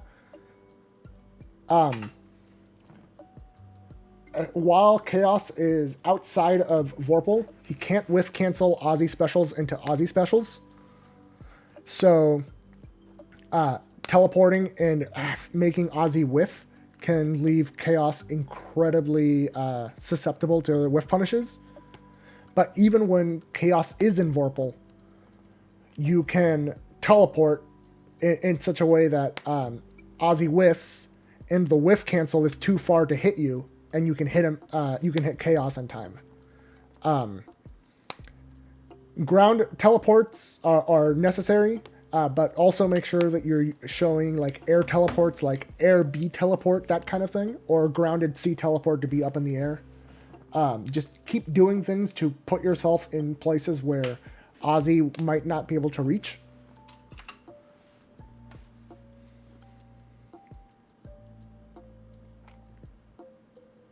Yeah, and this is why I walk back round start. You're losing. If you both do something at the beginning, you're just losing.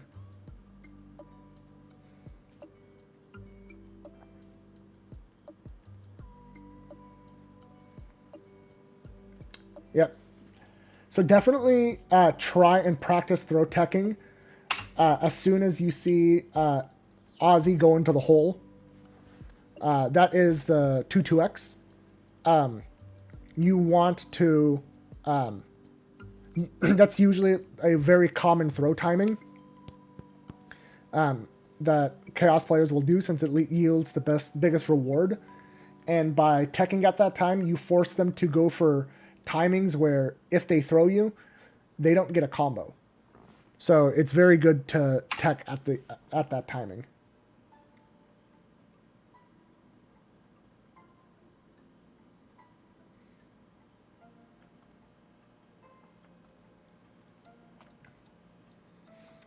Okay, so here I would like to introduce you to Teleport 6A. A lot of people, a lot of characters, and just even a lot of players will jump on reaction to Teleport because if you whiff the 6C, they can punish on the way down. So doing Teleport 6A covers the jumpers. You don't get the quote-unquote mix because it's really not mix. But you cover way more options.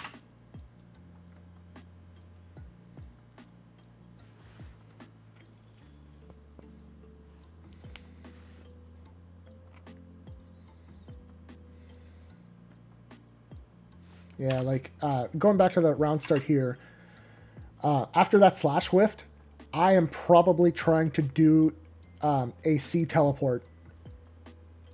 Just because Ozzy is very likely to either do 236B, which that goes towards, that's the like rising swipe attack, and 236A is the grounded swipe attack. And C teleport gets around both and makes Ozzy be very far away.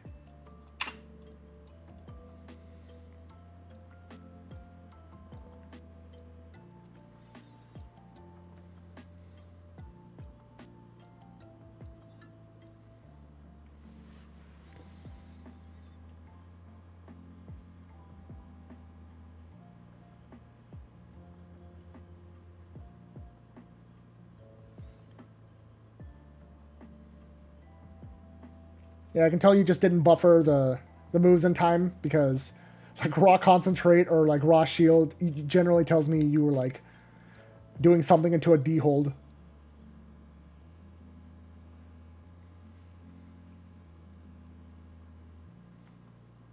Nice.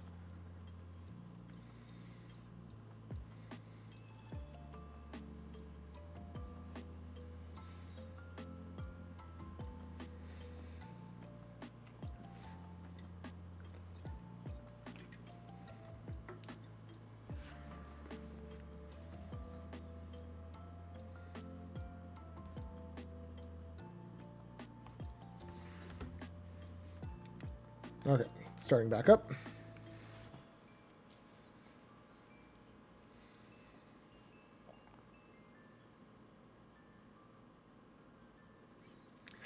So something that you haven't really been showing against Chaos, which is like really important to fighting him regardless of the character, is just like it's important to use 1AD to shield at far ranges against Yuzu, it is really important to 1AD against Chaos at far ranges.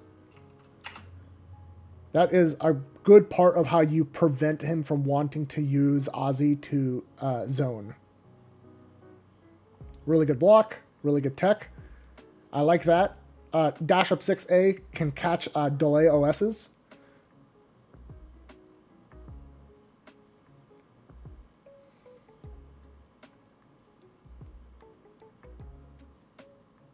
Wow, that was really good spacing.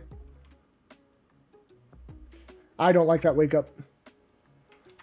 Wake up's like CS is really strong in this matchup because teleport CS can really screw over Chaos. If he was in the middle of whiffing a button to start making Ozzy move forward, you can kill him. If he made Ozzy do a special, you can kill him. There's a lot of things that kill him if you do teleport CS.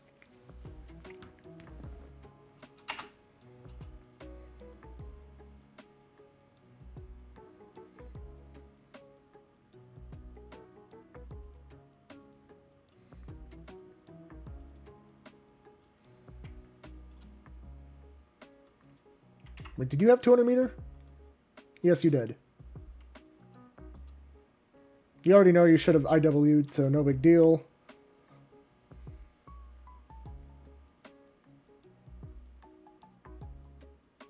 Okay, at this point, Ozzy is running out of specials. And at that point, I'm trying to jump forward.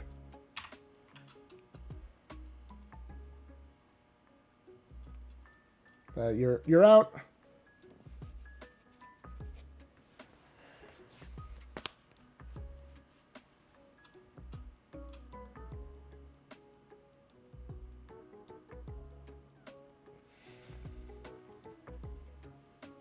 Yeah, like in general, I feel like you are spending too much. You are trying to zone chaos as if chaos doesn't have options to contest you from far away.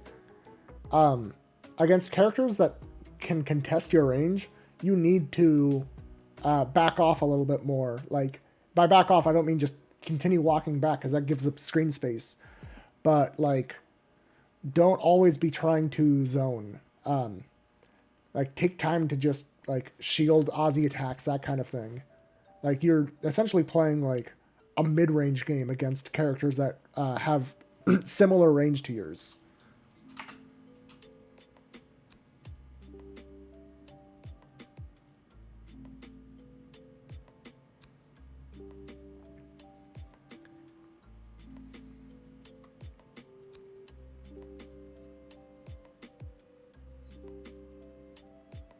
Nice.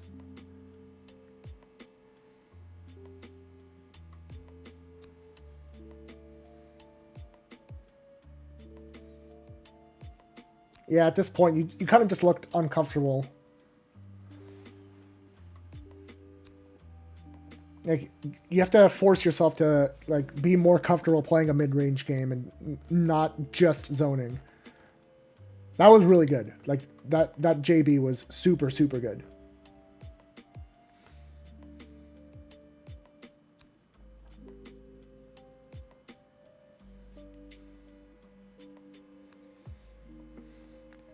Like, a lot of what I see from you is, like, for zoning stuff, you're mostly zoning with, like, stance moves, whereas, like, a part of zoning is using, like, your 5Cs and your 2Cs. And, like, part of zoning is, like, dashing up to do the 5C. To make sure you're not constantly giving up space.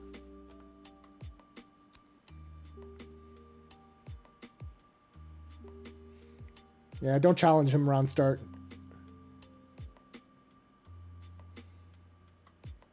Okay, good mash.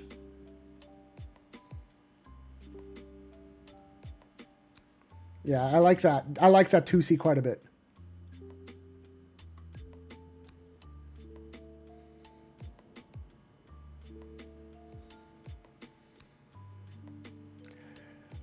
Something that I would like to see you do more offensively, and something that, like, makes Yuzu offense actually, like, pretty strong.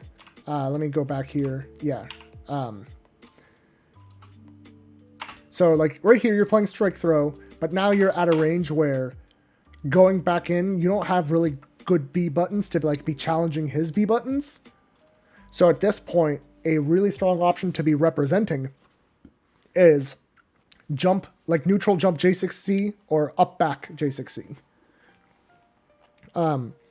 It is slightly harder against Chaos, and by that I mean you just have to jump a little bit higher to make sure you don't get hit by his 5BB or his 5CC. But by jumping like that, you can you can crush many of his normals. They just whiff since you jumped. And you can use that to either get a combo, or if they blocked, you can set up TK flip height to start going at it again.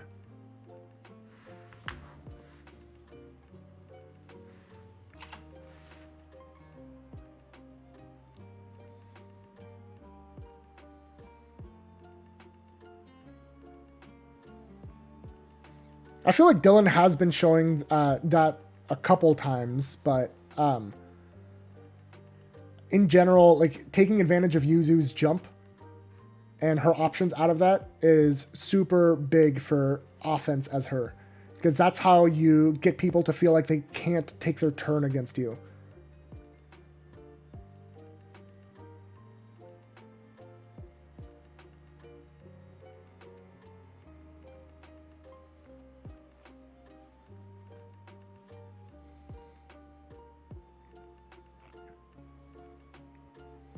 Yeah, Aussie autocorrects, so, like, it can be tricky. Like, teleporting is really good, but it can also just get you killed. But, like, still, most of these situations would have been avoided if you just walked back round start instead of trying to challenge. That's whiffing. And you're dead? Yeah.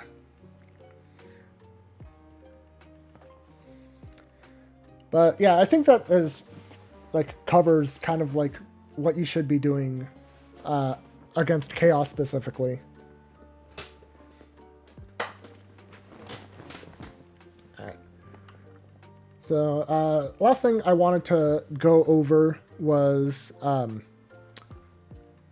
wanted to watch like Kurei's footage of EVO 2019 because like even though it's ST footage, like fundamental Yuzu has really not changed at all. How you play her has not really changed at all.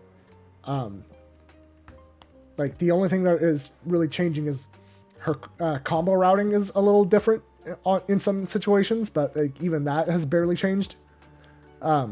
So I think it is worthwhile to take a look.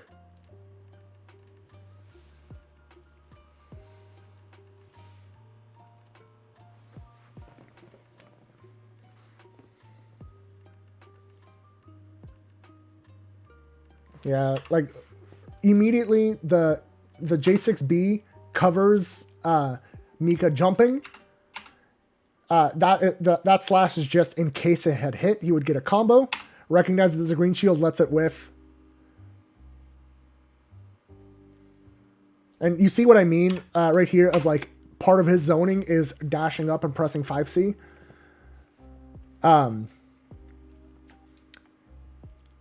It makes it really hard for the opponent to be going in.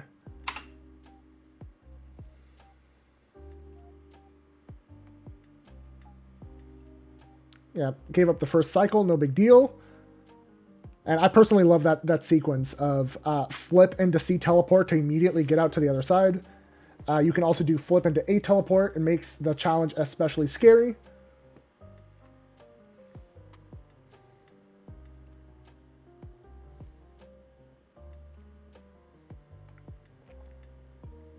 I love this route.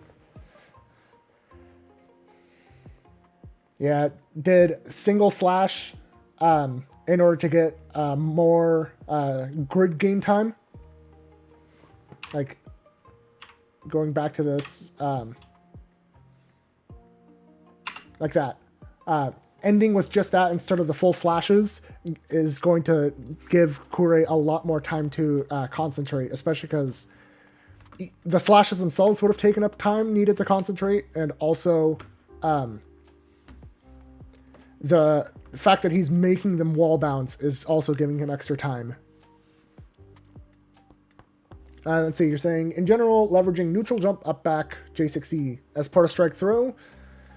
Yeah, all of that is super important. What makes Yuzu so strong is that she dictates when she goes in and when she goes out.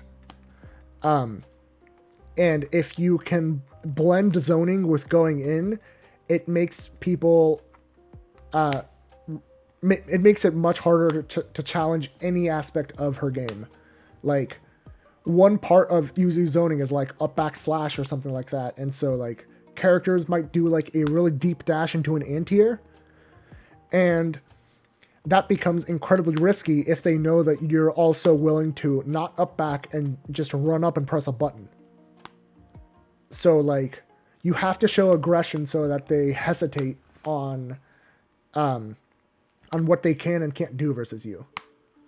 Like Yuzu wants to make everything as ambiguous as possible.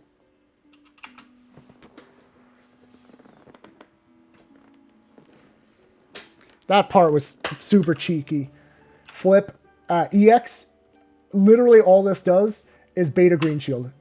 Because he did instant jump, that was a single hit. Yeah, you're welcome. But yeah, that spending the 100 meter just to make sure that this green shield whiffs. And at this point, the round is over. There's no coming back from this.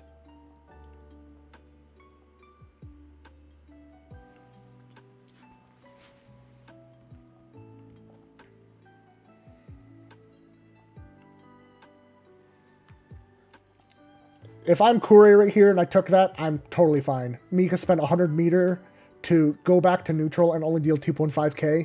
I'm fine.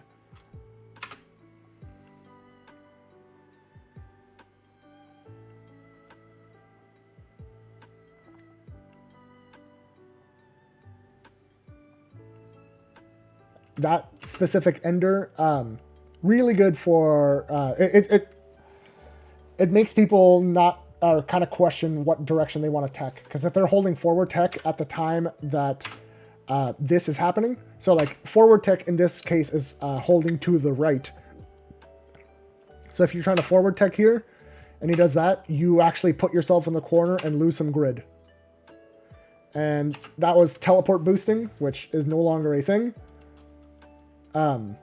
That's like pretty hard to react to, but that's gone. We don't have to really care about that.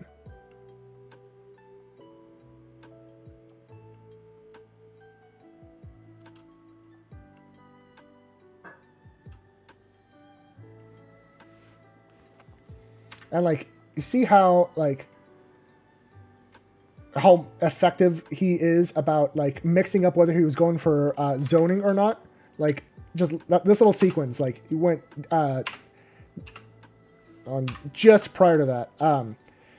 He did like a little walk back, made it look like he was going to jump, and then went in, pressed the 5A, got the green shield.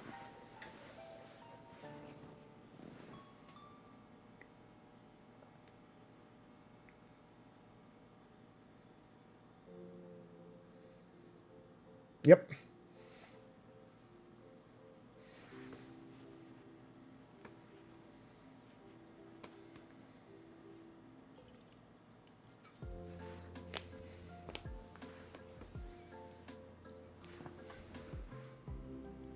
Yeah, sequences like that make people react like more on instinct and less on like information, if that makes sense.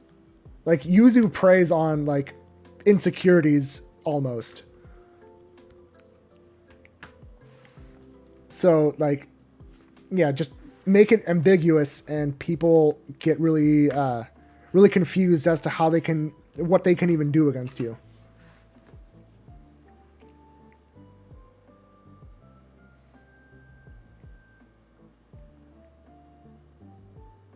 And like, so this here should have been challenged technically, like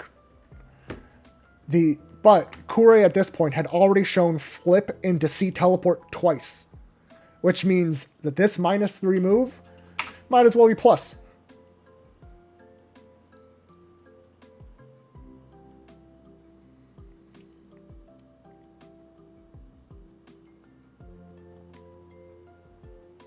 That link is super hard to do, by the way. I do not like going for that link.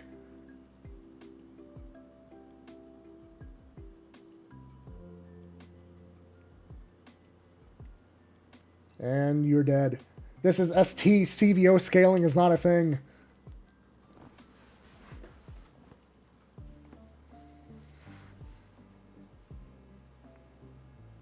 Yep.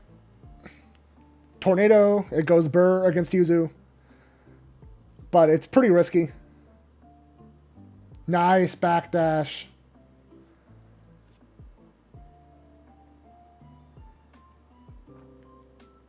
Yep, and like there, instead of up backing, you're just like, you know, I'm going to immediately challenge with a 2C.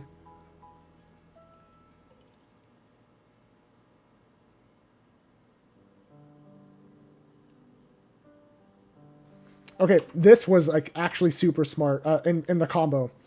So doing this, the 2360 early in the combo kind of adds some scaling, and recognizing that that was a multi-hitter on the flip adds extra scaling on top of that. So instead of picking up with a ground button, he jumps to do the air series. That ensures that the combo won't get dropped. Here, if he had done the like 2C pickup or even a 5C pickup, it likely would have dropped. There was just too much scaling at that point, because all of those hits of flip is just killing the combo. By doing this, now he was able to finish the combo. Really good usage of the guard thrust, and that is it.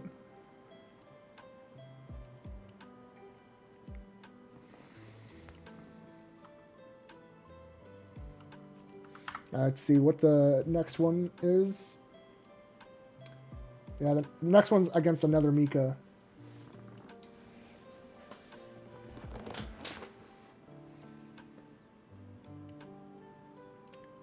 This Mika is playing the matchup a lot better. Look at like how Neji is controlling the cycle so well, and lost it, or not lost it. Kure lost it because Neji was so strong with it. And Neji, like on this side, is doing a really good mix of like concentrating, getting out of slash range, and also like showing aggression. That was just super good.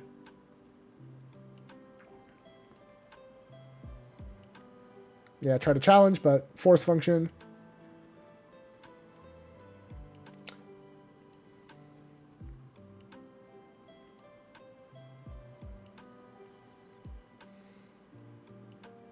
That was a hard block. Yep, can't really do that versus Mika. Tornado goes Burr.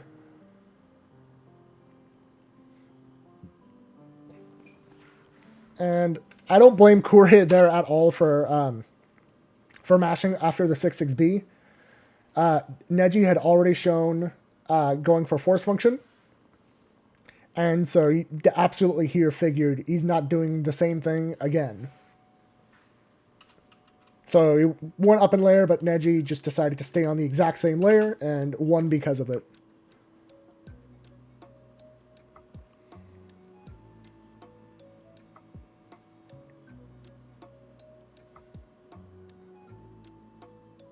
Yeah, see what I mean about combo dropping if you do the ground pickup on multi-hitter of flip?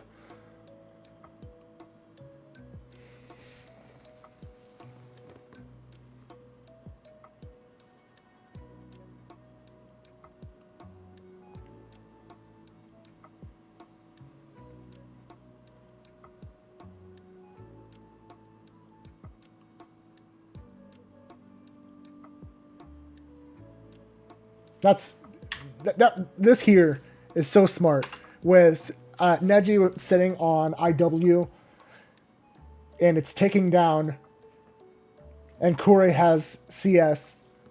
He makes Neji afraid of potential unblockable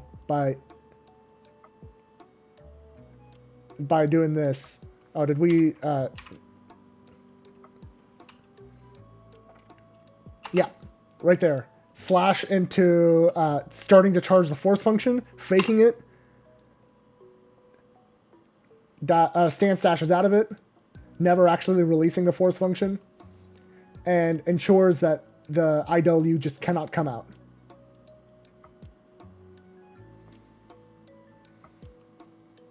And like all that force function achieves is getting them to flinch and like waste a little bit of time.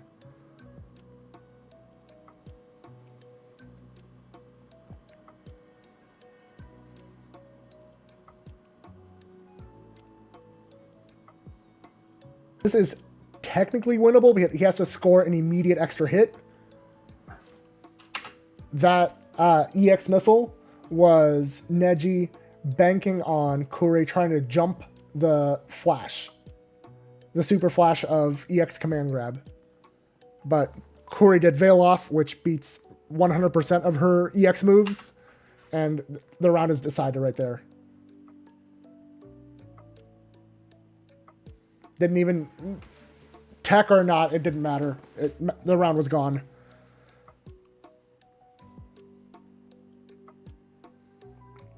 Yeah, it's not the worst things for Neji. He did force the VO. But that was still like the right thing to do from Kuri.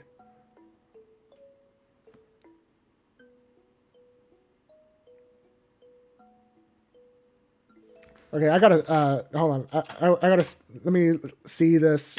What was the starter here? Okay, it was, not, okay, it was just a two-way starter. Okay, I'm gonna take a note of that because I've been looking for more combo enters to be introducing. So, stolen Kuri tech with 236A, 421C, J214B. Because you're super plus by having done that at that height. And they can forward tech, but then they're just mixing themselves. This is something that I need to do.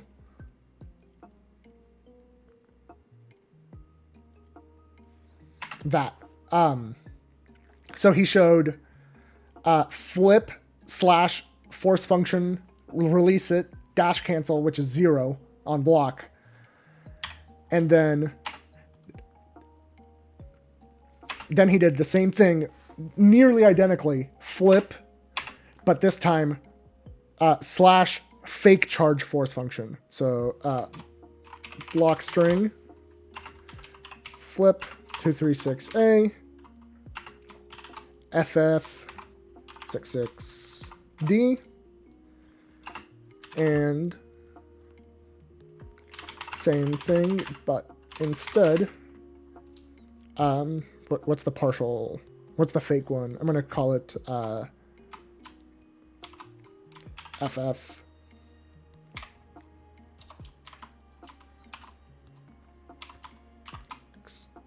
Because that's how you end up canceling out of it. It's fake as hell, but the fact that he already showed the real thing makes this way stronger. Because by doing that, and then he forced a really scary RPS. Got the VO strip. Just right now, his strike throw is so good. He's not even, he knows that IW won't like win the round right here, so he didn't even go for it. Because the next hit would have won anyway.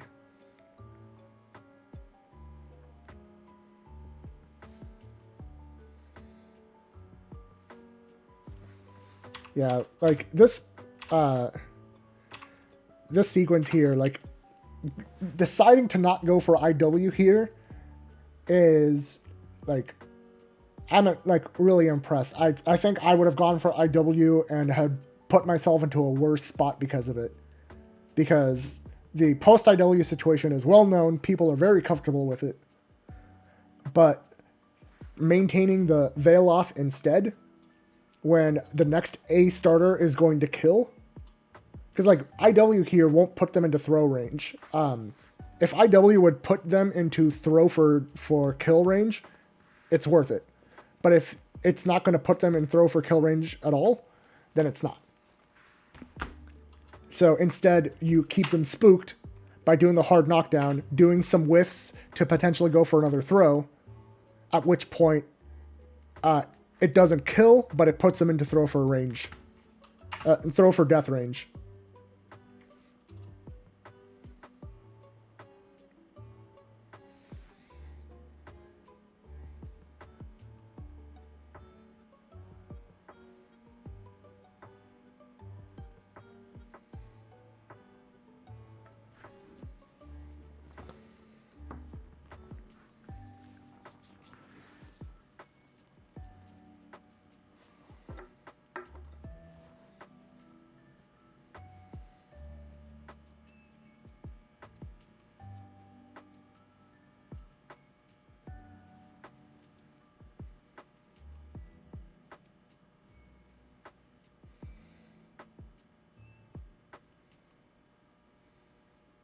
Like, look at this whole first 15 seconds here.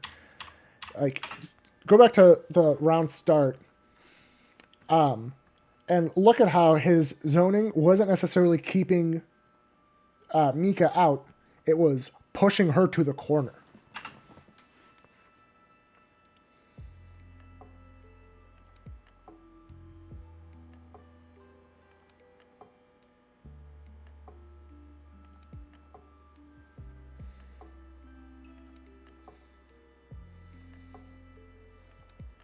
Got a combo and immediately put him back into the corner. This is such a huge advantage for Kure. Yeah, cycle's gone. Might as well get a little bit of meter.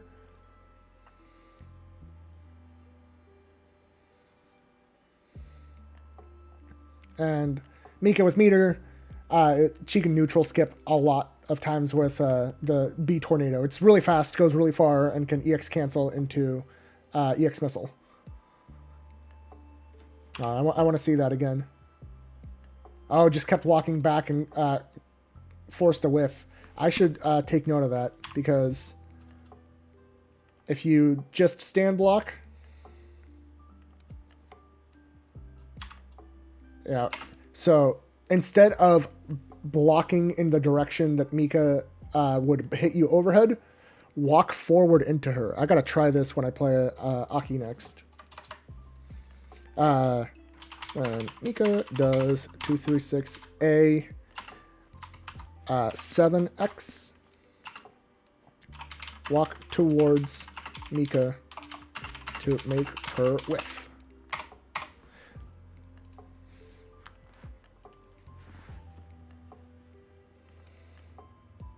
Like, I don't know whether that was even a punish, but that was absolutely hard to block.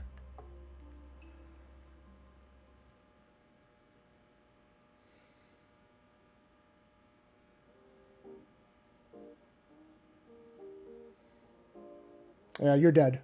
Grid break, command throw.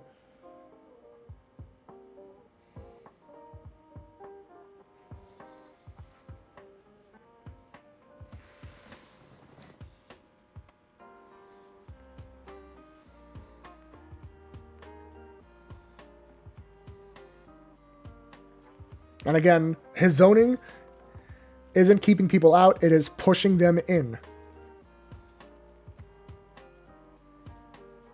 Oh, what a 3B.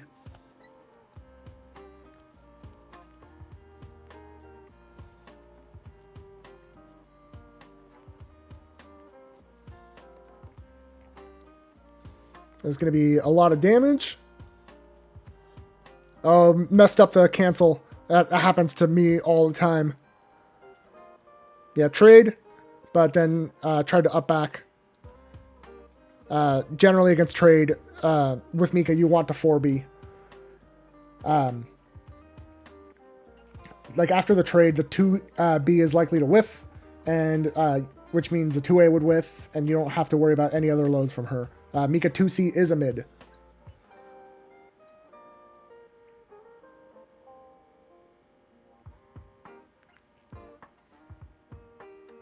Yeah, cycle's gone. He knows it.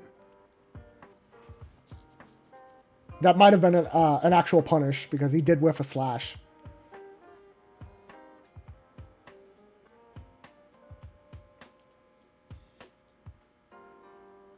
Yep.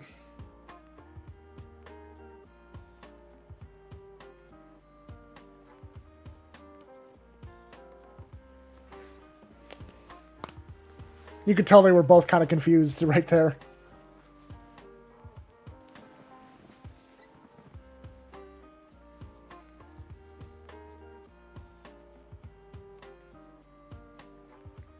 Hadn't shown that yet this match, and yet it was blocked, which is really good. It is absolutely worth showing just to like put it on their mental a little bit. Oh, I love that. Checking with 5C and not even canceling it, because canceling here into anything would have lost him the cycle.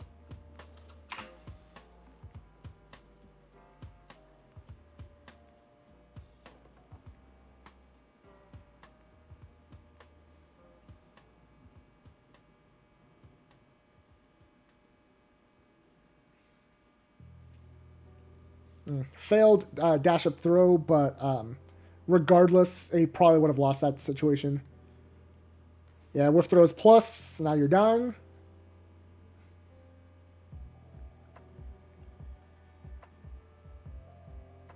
Yep. Counter hit throw.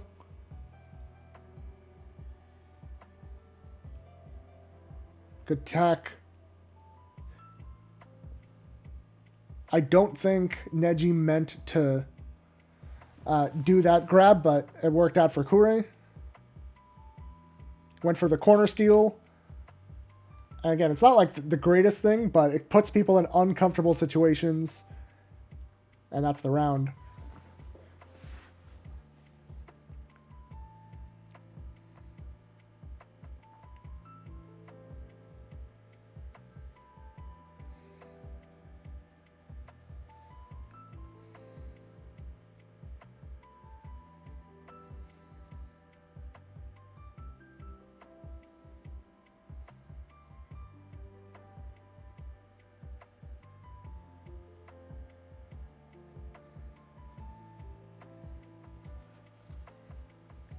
That cross-up likely had cross-up protection.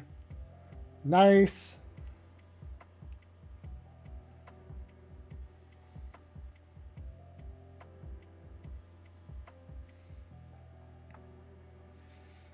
Nowadays, if Mika has meter, she can cancel that into EX Tornado and just kill you. Assault JB from Mika is -4, but it's hard enough to block it. I do not blame people when they don't mash on it or try and punish with a throw. But yeah, that was a super good set.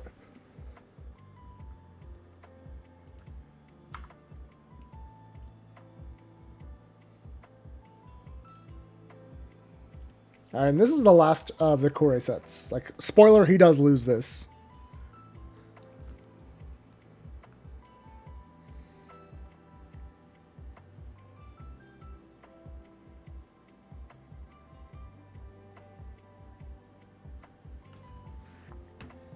I want to see this round start again. Yeah, Hishigata is being pretty passive, just dash blocking.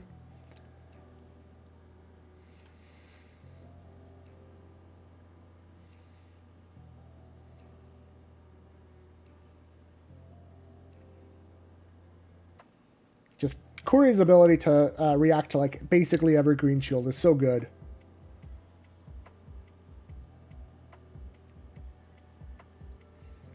Yeah, I like that 4B, and I also like that up back shield.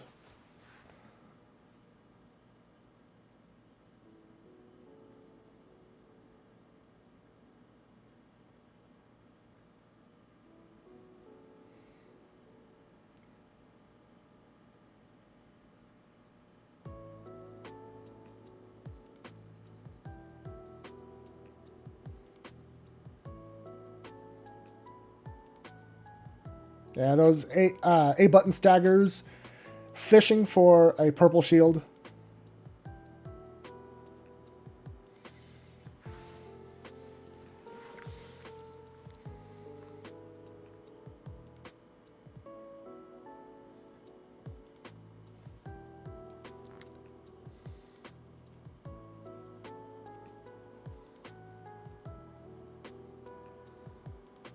Wow, that cycle was just barely stolen.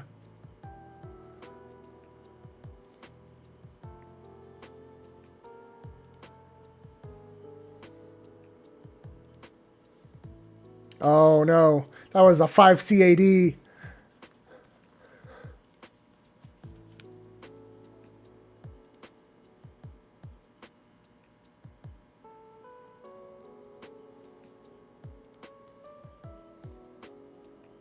Yep. And man, this combo route was so smart. If he had done the usual TK slashes into Vorpal Strip, Hishigata would have won the cycle because that combo doesn't last very long. So instead, he extends it with the Air Force function like this because he's going to lose a cycle. It doesn't matter if he spends some grid. And then goes for the strip.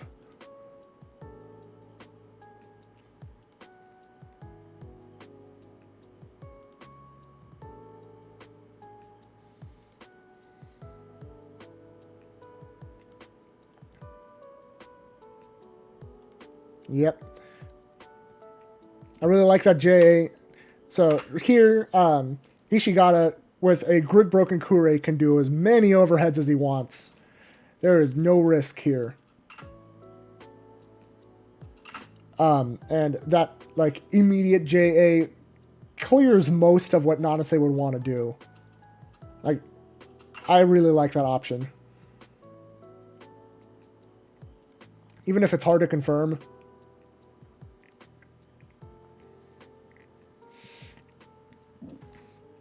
And like here he had given up the cycle, but like with this time remaining, Kure should have absolutely known that B Sword card CS was on the way.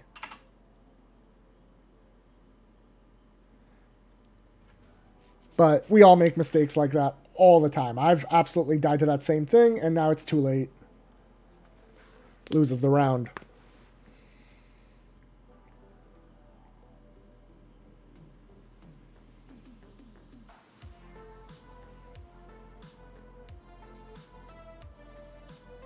Five CAD finally does something, or rather, it comes out.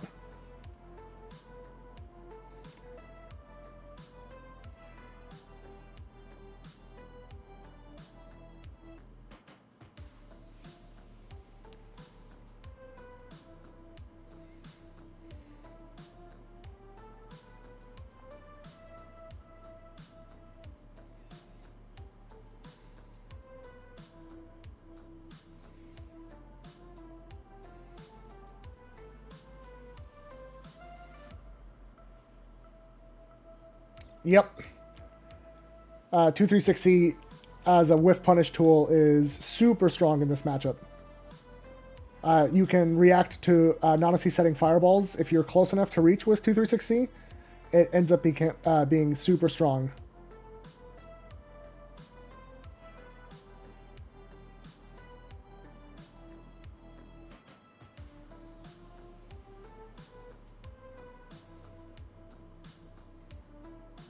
Yep, and that was a whiff punish. Right there. There was nothing Kure could do on reaction to this. Just whiff punish, rounds over, Hishigata takes it. That's a super important part of this matchup.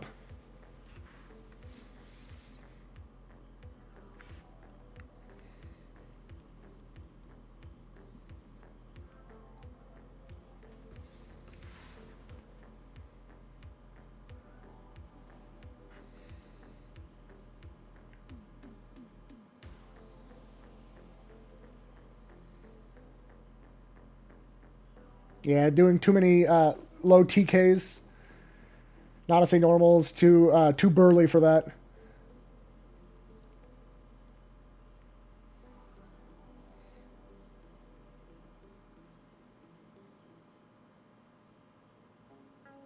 Man, like this whole sequence here, Hishigata is doing such a good job of playing passively, retreating to set a fireball, concentrating, and like it is so hard to know when he's finally going to go in, and then he just decides, you know what, time to dash in 3C. Like, it is so hard to zone this kind of player.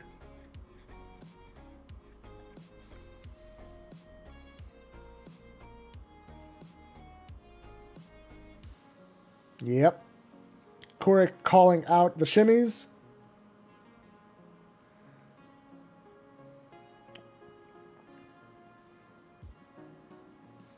That was really hard to block. And round should be over.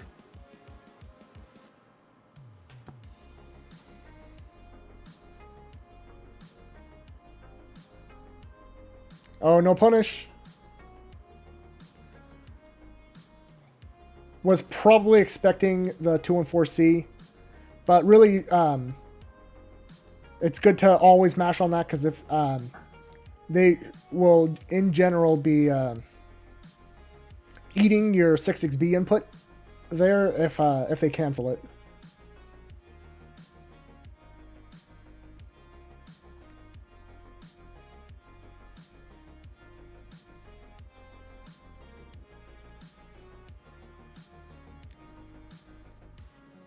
Nice. Not over, but looking bad.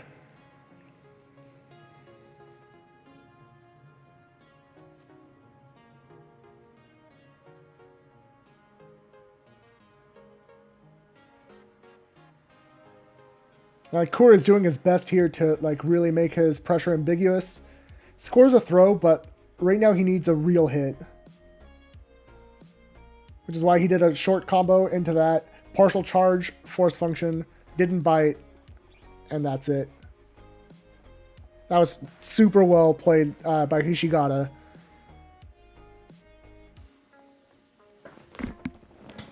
Yep. Cannot be upset by that at all.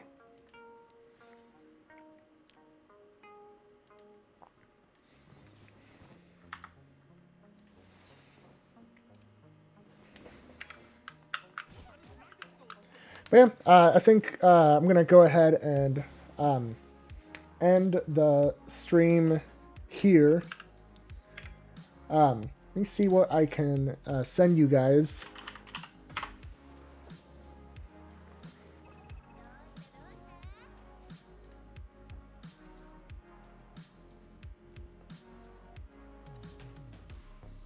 Oh, you know what? It looks like our boy Glottican is doing a uni net play tournament right now. Oh, no, that's past. Never mind. I was pretty excited for that. So since no one is currently streaming, I'm just going to send you guys over to Impurist Club because you know how he supports the scene here all the time. Might as well show him some love.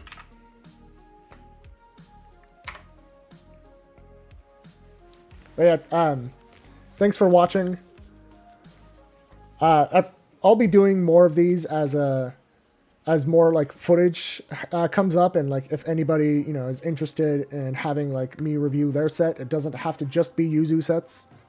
This kind of stuff is pretty fun for me. So yeah, but until then, I will catch you guys later.